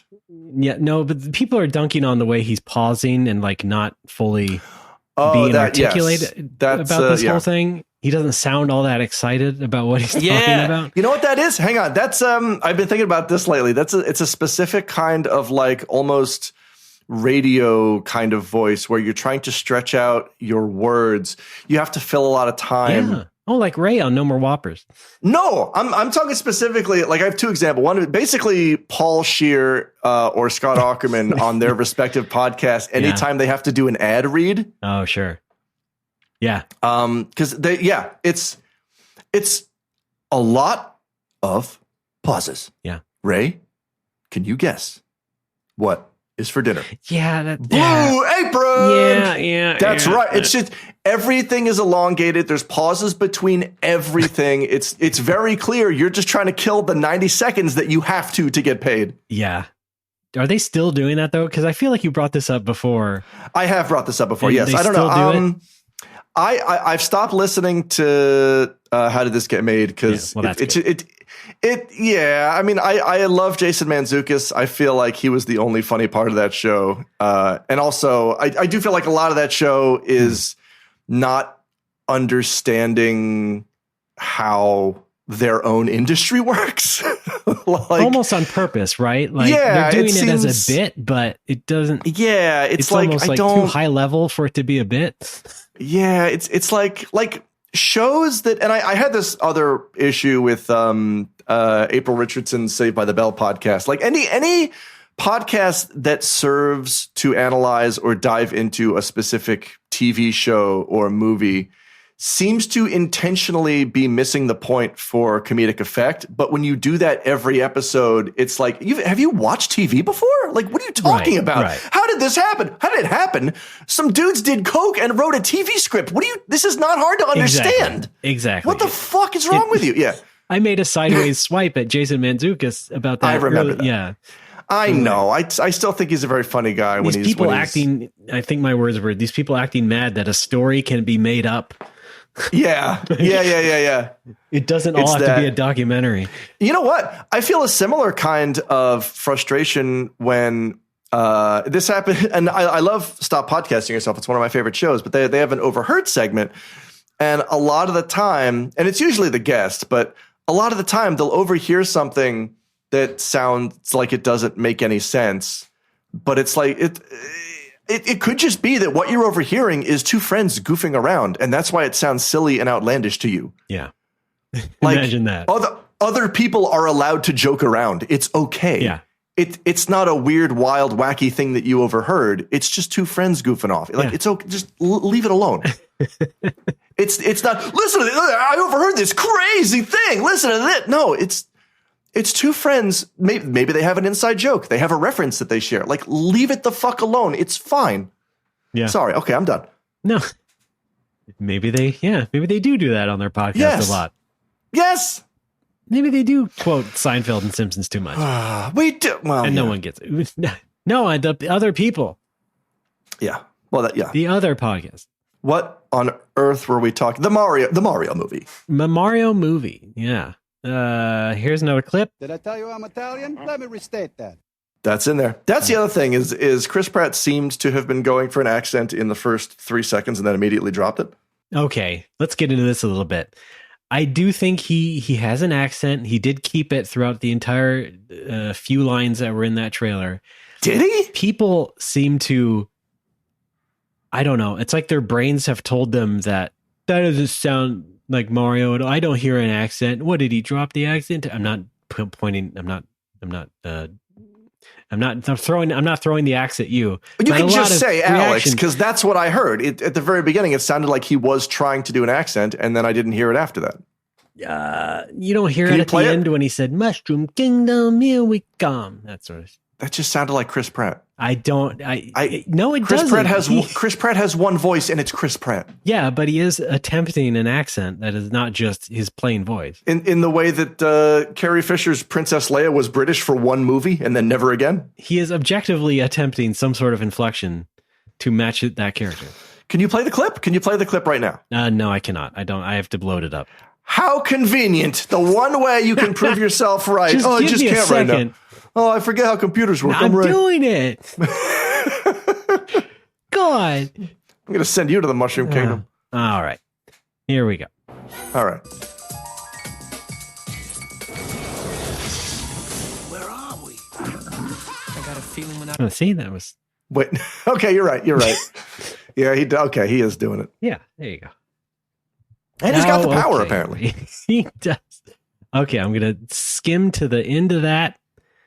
Here we go.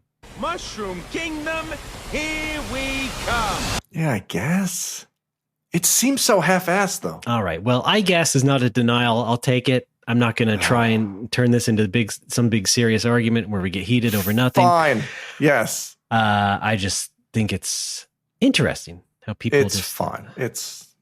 don't seem to want to hear it. I don't know. I don't know what everybody's problem is. I'm not going to try and figure it out. But Alex is also right. This is a movie for kids. They're going to have fun. It's going to be good. Yeah, it's just let the kids have fun. It's not for you, 39-year-old video gamer. Okay. No, not you. I guess I'll watch my mature Mario movie. Yeah, Super Hornio Brothers. Yes, yeah, that's for daddy.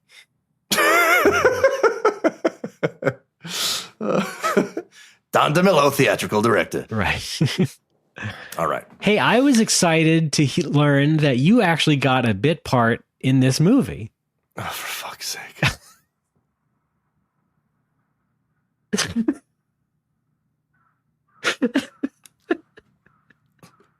Well, that's all we need, don't we? Is it?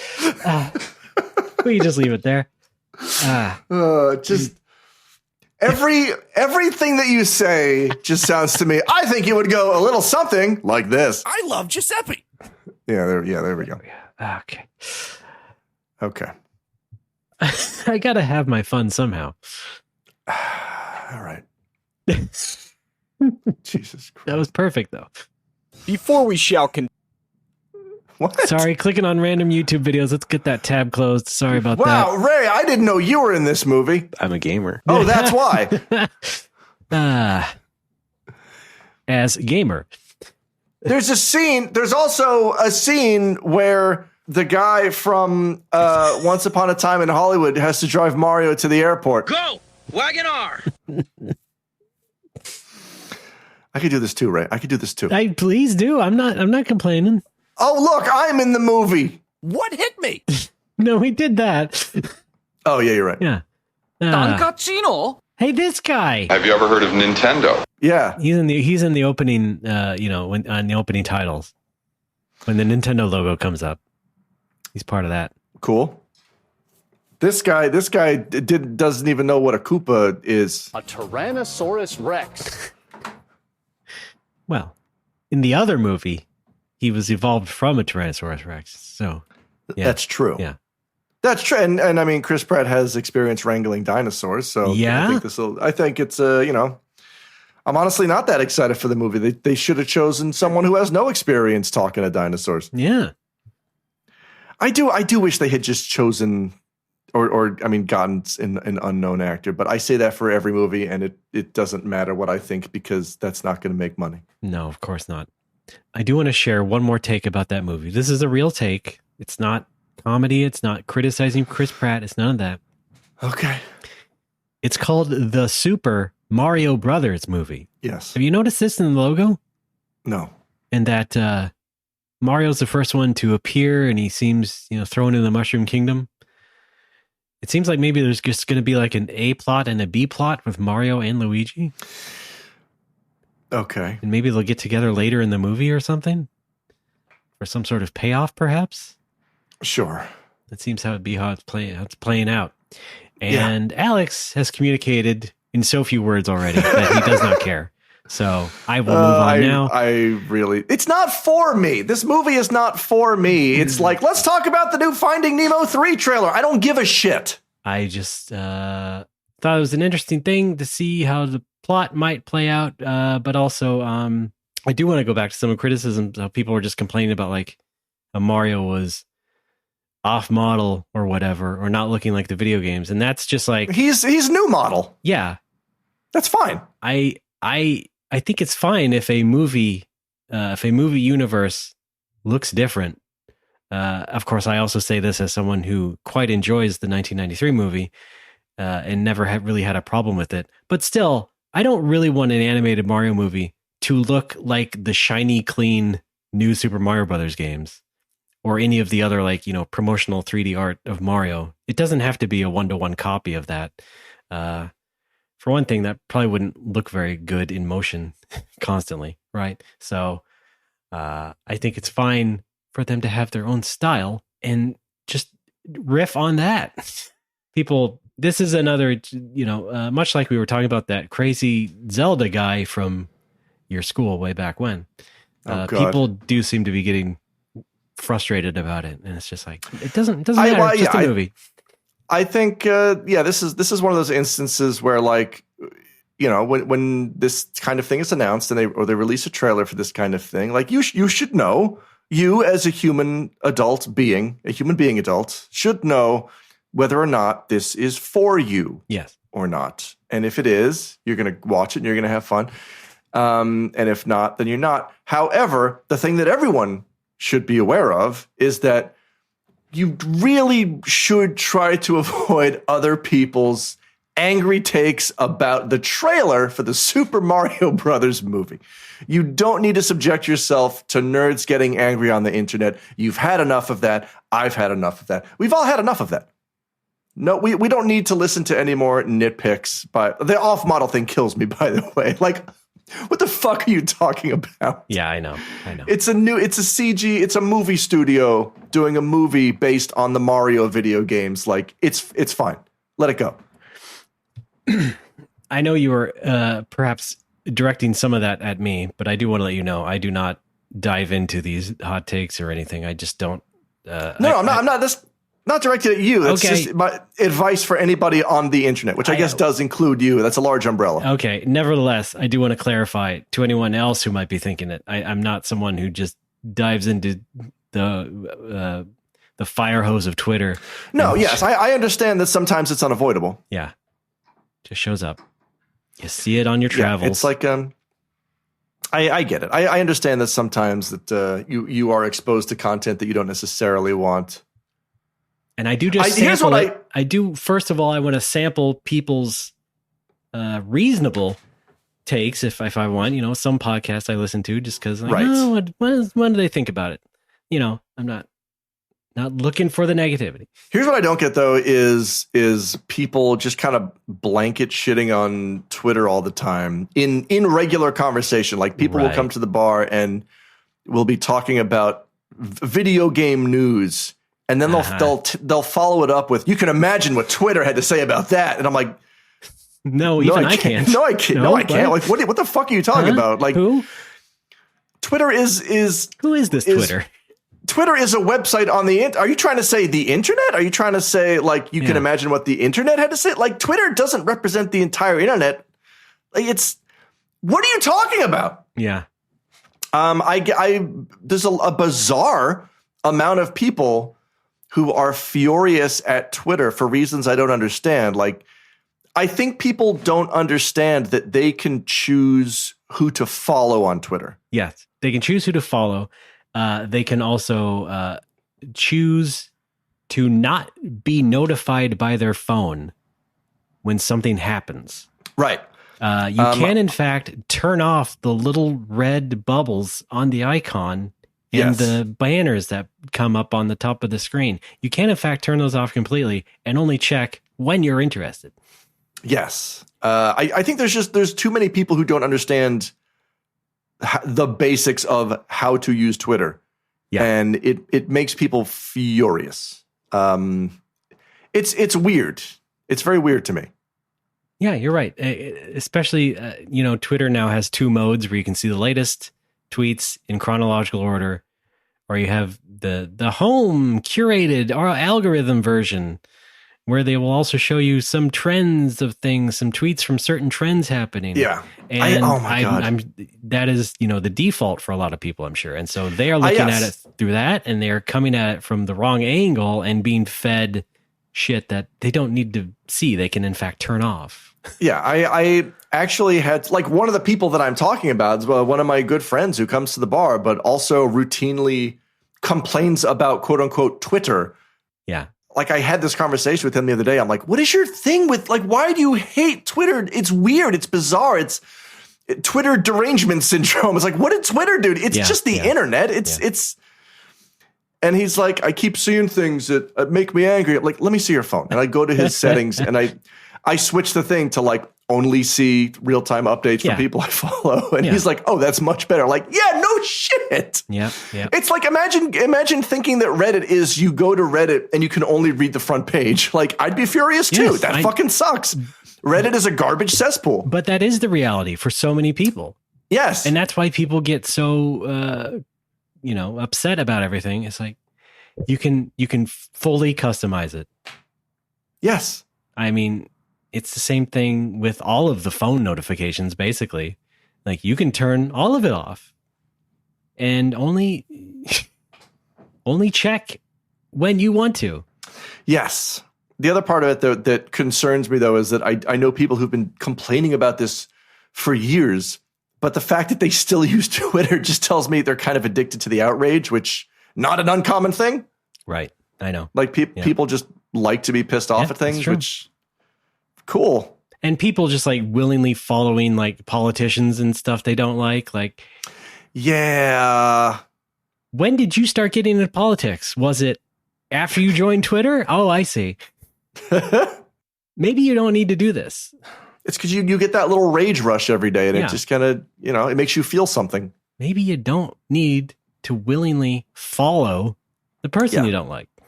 It's I mean, in a sense, it's very similar to how I feel about like reality TV, how that's just mostly negative garbage. Right. But people seem to revel in. Like, I remember when Tiger King was huge. People keep talking about Tiger King. How come you're not watching Tiger King? I'm like, what do you mean? What is it? It's about this horrible guy. Like, why would I watch that then? Oh my God. Why the fuck would I just, would I watch a thing about a reprehensible dude who I don't know, who has nothing to do with me? And the show seems to be just nothing but negativity. Yeah. Why would I watch that? Because it's entertaining, because it's on Netflix. Like, is it entertaining? Are you enjoying it? There are other things on Netflix as well. There's you could watch The Spy Family. May I suggest Midnight Diner? Yes. For the fifth time? Jesus Christ. For God's sakes, can we get more people watching Midnight Diner instead of whatever appears first on the top 10? I got stuck in a conversation about Tiger King a couple years ago. I thought I was I was convinced I was the crazy one because I was the only person in the room who was like, this sounds awful. Why would you watch this? It's the new hot documentary. It's on Netflix. It's the number one in the world. Okay. I did watch that Woodstock 99 documentary though. That was fascinating. Sure, I would watch that as well. But my own volition and not because it was. That is a documentary about just a real spectacle, a real bizarre failure of a music festival. And it was captivating. It was very interesting. It was educational. It wasn't just, look at this awful man. Right. Imagine that, huh? I am imagining it right now. Consuming content you might actually be interested in from the get-go. Instead of whatever the app shows you. No. Gross. Well, we're in no danger of being curated to the top of any lists. I wouldn't worry about that. No More Whoppers is safe.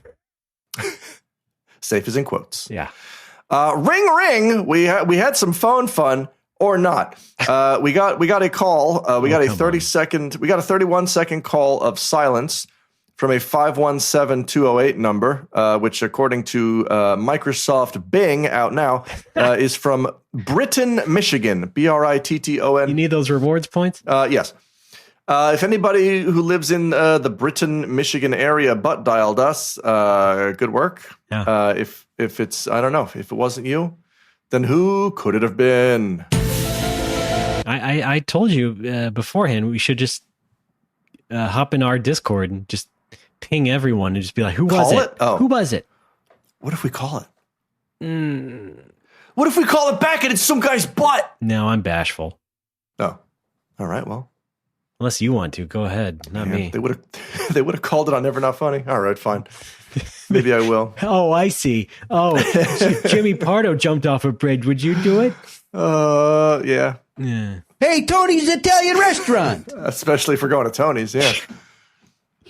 I did love when he was texting back and forth with that crypto scammer. I thought that was really funny. I haven't caught up on that. Okay. I don't know. But sounds great. Really great. Yeah. All right. That's it for one more clip from the Mario movie. That very first Nintendo. You understand what I mean by that? Gokutai Kudasai. That was the director. Please continue. Telling you. No, I've got nothing else to say. Okay. That's all the phone fun we had. We have 30 seconds of butt noises. All right. Yeah. Oh, you know what else that I've been angry about is the fact that I can't seem to find a hard mat for my computer chair. Oh my goodness, that's right. I have seen this drama unfold on Discord. Yeah, you've asked the channel twice now. I've asked the channel twice in 2 different channels, by the way. Yeah. And everyone's responses have been as helpful as they can be. I think the problem here is Amazon, because I've seen good recommendations for good mats. I've seen a bunch of good mats on Amazon US, and I plug those numbers or brands or whatever into Amazon Japan. The ones on Amazon US are the prices range from $25 to $100, about what you would expect for a high quality computer chair mat. Yeah. I plug those into Amazon Japan, and the exact same products range from $360 to $1,000 fucking dollars. Yeah, well, the weak yen. $1,000 for a square of plastic. Can't be fooled again. I don't understand it. Yeah, that's that must be just like directly imported at that point. Yeah, right? but I think what I'm going to do is I'm just going to order through Amazon US and then just eat the shipping cost, whatever it is, which it's going to be more than the value of the chair, but it's not going to be $1,000. Right. But you did find one. I found a couple. You found proof that they exist and that they might be what you want. Yes. Okay. I wish there was a better classification system for these mats. Yes. Like I wish that we had. I wish that there was a concrete way to know at a glance if a mat is rigid or not, because these pictures of them, like, they could go either way. Oh yeah, and half of them are fake. Yeah. They're like 3D renders, right? So you never know. Yeah, I mean, I bought one off Amazon Japan that I thought was rigid, and it was shipped to me rolled up in a tube, and I'm like, well, that's no good. I just wasted $17. Mm-hmm. I'm sitting on it right now. It protects my rug, which is important in the short term, but I cannot move the chair around me. Father, I cannot click the book. I cannot move the chair. It sucks. But I don't know. I'll buy a good one later. Something hilarious though, while shopping for furniture for the new place, something that made me laugh really hard, like to the point of coughing, which happens from time to time. That's how I like my Alex. Yeah. I was shopping for a shelf. I want to put a shelf in my office, and I found one that comes in 2 different sizes. And I click on it. I'm like, yeah, that looks pretty good. And there's a person standing next to it for scale. And I'm like, well, all right, let me just see what the smaller one looks like. And I click on the smaller one, and it's the exact same photo, just half the size, including the person for scale. Oh no! So I'm like, what did you think the point of this was? Yeah. Goodness gracious. Oh, you fucking idiots. Good Lord. Yeah. Good stuff. That's what they do. That's what they do to meet their minimum requirements for a product description and whatnot. Yeah. I was actually, I bought a, it's like one of those like wire, it's like a black wire metal shelf. I bought it to put behind my monitor in the corner. Right. Because like I measured the wall, I'm like, I can fit a wire shelf here, and I can like put my ring light there. I can hook my camera to it. I could also use it for storage. And the thing showed up, and I feel like it's just too heavy to put on the desk. Okay. Like the size is fine. The size is great. It's sturdy, but I feel like it's like, I've already got the computer tower and 2 monitors and everything else on this desk. I feel like that's a bit much. And then I'm like, yeah, wait a minute. How much does this thing weigh? Nowhere on the Amazon page does it tell you. It'll tell you how much, what size it is. It'll tell you the width, the length, and the height, the depth. It'll tell you how much weight each shelf can hold. It'll tell you how much weight the entire thing can hold. At no place will it inform you this is how much the product weighs. Boy, you're so detail oriented. I am. Just like I know how much my computer desk can hold, because that it tells you that on the product description. It's like it can support up to so many kilos. Wish I knew how many the shelf is. I mean, it's just a plank, right? They can just tell you how much the plank weighs. What? Right. I mean, well, okay. Generally speaking, it's what I mean. Like if it's just a shelf in its bare sense, is what I mean. I see. You're good with language. Nope. You're hired. You start Monday. Welcome to Papa John's. Blue apron. Well, I think for October it's Boo Apron. All right. Guess what's coming up? It's Blue Apron. Was that a song? This is the ad for Blue Apron. Scott? Are we doing an ad read? Yeah. All right. Oh, right. You know what? I haven't actually heard any ads on Comedy Bang Bang, and I don't know if it's because they haven't done them in years or if it's because I am still, like, it's still letting me listen to the ad-free feed from Stitcher for some reason. Did I tell you about Stitcher? What happened with me? With you? I don't recall. Yeah, I got a subscription to Stitcher. They had some deal where you could get a year subscription for like $30. So I'm like, all right, I'll try out Stitcher for a year. Tried out Stitcher, and I'm only a few months in before I realize, oh, the Stitcher app sucks. It is the worst. Mm-hmm. It's not good. And somebody, I think this was before we had the Discord, but I think someone on Twitter was like, oh, hey, you can still listen. If you have a Stitcher account, you can listen to the ad-free feeds in your actual podcast app. Uh-huh. And here's the link to do it. And I'm like, thank you so much. And so I put those feeds into my actual app. And then my Stitcher account expired, and they were all nullified except for the Comedy Bang Bang one. And I don't know why. I'm still, either it just doesn't have ads anymore, or I'm still getting the ad-free feed from Stitcher for some reason. I don't know why. Yeah. I mean, they can't exactly police that stuff too well because it's just an RSS feed. Yeah. Really, the only reason I got the Stitcher subscription is because I know that's where the entire Super Ego back catalog is. Right. And I think like a month after I got the subscription, Super Ego was like, we're moving everything off Stitcher and putting it up on our own site. I'm like, guys, come on. Well, but I love Super Ego, so I'll pay whatever they want. You never know when your corporate partner is going to be such a pain in the ass that you have to leave. Here's the funny thing, though, is like Stitcher knows when you do that, because I got an email from Stitcher the following week after I started using this workaround method that was like, we are aware that you are accessing Stitcher content through a regular podcasting app, and we are strongly recommending that you cease this activity. And it was a very it was a scary kind of legal sounding email that they then punctuated with, thank you for using Stitcher. If you'd like to continue, here's a coupon to get another year for $5. Oh, okay. Like, wait a minute. No. Okay, so you're like admonishing me, but at the same time, you're like, please don't leave. JK. We really need people. But the Stitcher app sucks, and until it is usable, I cannot go back. I think it is just also generally a terrible company. I've also heard that it is generally a terrible company. I heard that, I don't think they do this anymore, but I seem to remember in the past, they got a lot of shit for taking existing podcasts like off of iTunes, inserting their own ads, and then putting them on the Stitcher network. Right. Yeah. Which that's a shit move. I don't think they do that anymore. Thank God. Yes. Well, we're safe. Are we?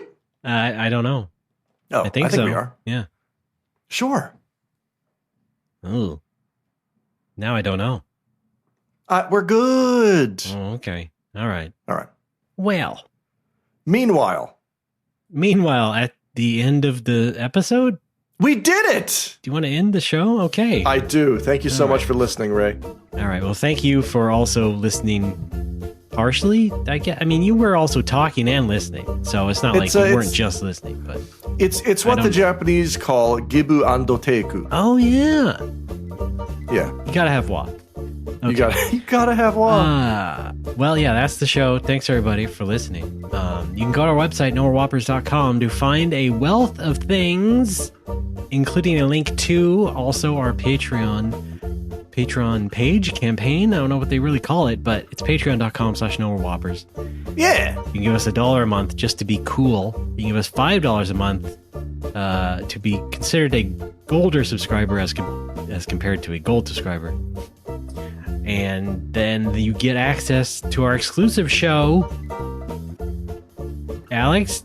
Gold in 16 seconds. Listen to me and Ray talk about the exciting TV spot for the 2003 cinema hit, The Italian Job, starring Ed Norton and the rest. We discussed the trailer 1 second per episode, and then we just discussed TV commercials from 2003. It's a fun way to unwind after you've done something that is stressful. Yes, such as moving. Yeah. I would say so, yes. It's, how long are those episodes? We get about 90 minutes out of it? No, it's usually 60 to 70. Yeah, okay. Episode 7 is 77 minutes. That was just a happy accident. All right, sure. Yeah.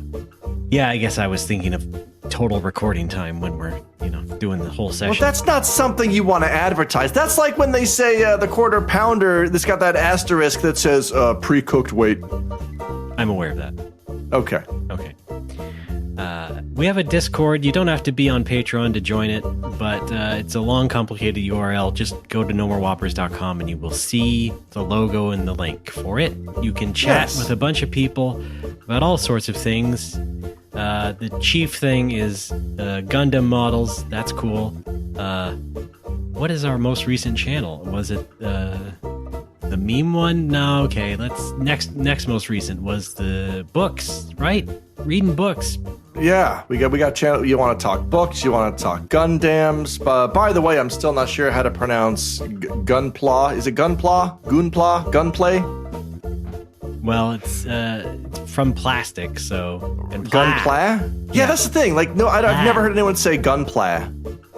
No, well, obviously, if it's from the katakana or whatever, so it's right. Pula. Yeah, but I see it always bugs me when words are a combination of katakanaized and romanized. Like, it's Gunpla. So, like, are you doing katakana pronunciation? Or are you doing romaji? No, you're doing a combination. We don't say gunpla, and we don't say gunpla. Right? It's gunpla? Yeah, you could just do what I did just a second ago and just say Gundam models. That's so much better. I'm just gonna start saying Gundam models. Because if I see words like that, my brain just gunpla. It's gunpla. Okay, sure, right. Cool. Like, I know the katakana for Gundam is Gandamu, and plastic models is puraschiku moderu or pura mode. But like, I don't know, something about combining those into gunpla rubs me the wrong way. All right. Well, that's welcome insight from No More Whoppers, number one fan of Dracway, Alex Fraioli. Thank you. Hey! Please call our number, 805-NMW-TALK. You can leave a voicemail about literally anything you wanted to, probably relevant to what you heard on the episode that time. I mean, that's what most people have been doing. That's a good thing to call about. Lend us your opinions on what that was all about, right? I mean, why not? Yeah, talk to us. Yeah. We don't have a point for it. We never will. Much like this show, our phone number also does not have a point to it. Very much a show about nothing. Yeah. We also sell some merch. shop.spreadshirt.com/nomorewhoppers. It's been going well for us, and we're not going to stop selling the same things, which are some logo shirts, a shirt with Alex on it, and some stickers and buttons and other cool things. Oh, maybe we could put I do have a design for a Critical Hit shirt that we produced. My buddy Paul, God bless that Paul, produced a limited batch of Critical Hit shirts. I wonder if we could get that design up on Spreadshirt as well. Yeah, you would want that to go into No More Whoppers money? Sure. mean, technically speaking, it's separate entities, separate. I mean, it goes into your funds in the end, but yeah, it's. I mean, technically, I would also be making money off Critical Hit. I guess. Well, you designed that logo, so you're entitled to half of the shirt sales. No, I didn't. Yeah, you did. The logo of Critical Hit? Yeah, the font and the starburst design. That was yours. Remember? No, you paid a guy to make different takes on it. No, you did that. What are you talking about? You came up with the font and the logo. I don't think I did. I think you did. I don't think I did. I am 100% sure that you did. You got a guy to make you... Who? I think I would remember this. You showed me a PDF of a guy who designed different variations on the theme of the logo for you. I thought you gave me the logo and the font first, and then I gave them to him. Because we were trying to figure out how they would look on a business card, and he gave me a bunch of different ideas. I don't think so. Are you sure? Now I'm not sure. No, I'm not sure. All right. I'm gonna check back through my emails. I'm gonna have to check back into my files as well. We're going back 8 years because I guess by the time most folks hear this, the bar will have turned 8 years old. So come on down. It was a whirlwind time 8 years ago. So it really was. It was a different might have forgotten time. Quite a bit. I remember making one logo that was a different thing entirely, with a different name, and then we didn't go with that, and then you just got some guy to design it for you. Yeah, I mean, I remember your first logo you gave me, which I think was a joke. It was just the Nike swoosh with just the kanji in it for Nintendo. And then I asked my tattoo artist what the kanji was for Nintendo. Right, he said Harmony. Yeah. Oh, you mean? Oh, I see. No, I did use the end logo to make that label for the cartridge I gave you. Yes, you did. That I do recall clearly. I don't recall coming up with the initial concept. I could. All right. Well, we'll check our respective emails, and I guess we'll find out. You'll have to edit this in later. I will. Hi, folks. Alex here. Ray was right. Bye. Okay. Speaking of Twitter, that thing that we said everyone loves, you can follow us on Twitter as No More Whoppers. But we're also on Twitter separately. In fact, and speaking again of Critical Hit, as we'll soon see. Alex, what are you on Twitter? Well, I'm Patui. That's Pitohui. Or follow my award-winning establishment, Critical Hit, at Critical Hit Nag. The Fun Overheard at the bar account at OOCCHQ. And follow Ray as well. Cool.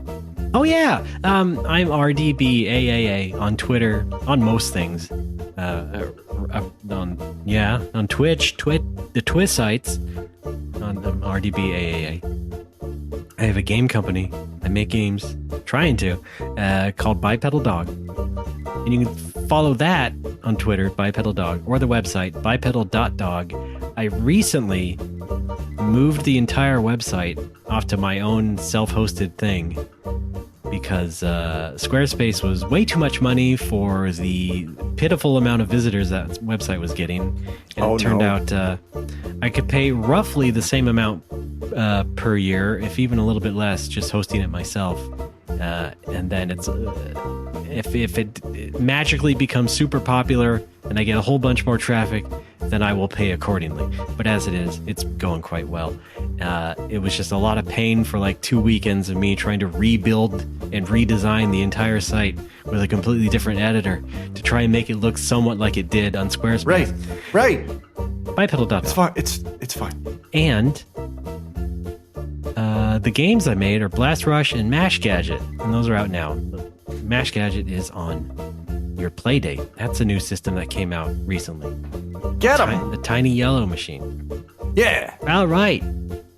Was anyone on podcasts recently? I was not on Retronauts. I was on the Action Button review of Boku no Natsuyasumi. We mentioned that. Alex, no? Nothing. No, nothing comes to mind. I've been streaming more now that I'm getting set up in the new place. I'd like to start streaming every day if I can. I'm trying to go for all the Steam achievements in the Final Fantasy Pixel remasters. I have completed 1 and 2, and I'm currently working on 3. And that is fun? Yes. Okay. I enjoy achievements.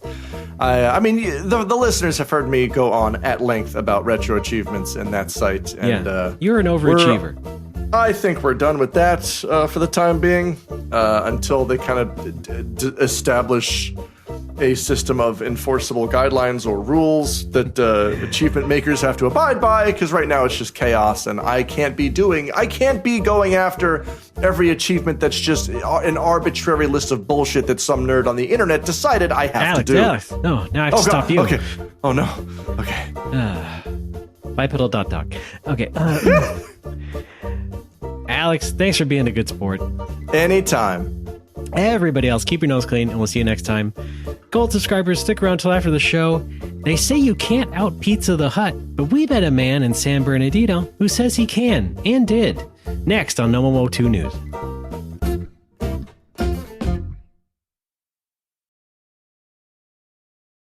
Oh wait, here comes your child. Huh? Goo goo gaga. Hi, Dad. That was kind of scary. How's it going? I got it's startled. me. It's me, Boy Coon. Oh. How's it hanging? You've been given his name. How's it, Steve? I want to say Steve. It's too much. No, why are you in Japan? I had a meeting. with the top brass. Yes, and the bottom brass. They got me talking to all the brass. Right. Okay. I can't do this. What's going on? All right, I'll come home. Are you actually doing the show? I was hoping to... Wait, what? No, this is we're in the break, so I'm not actually doing the show. I just wanted to pop in and say, how you doing? I love you. I'll be home soon. Thank goodness. All right. Give my best to Mom. Yep. Okay. Boku wa boku. Bye-bye. Well, that's fun.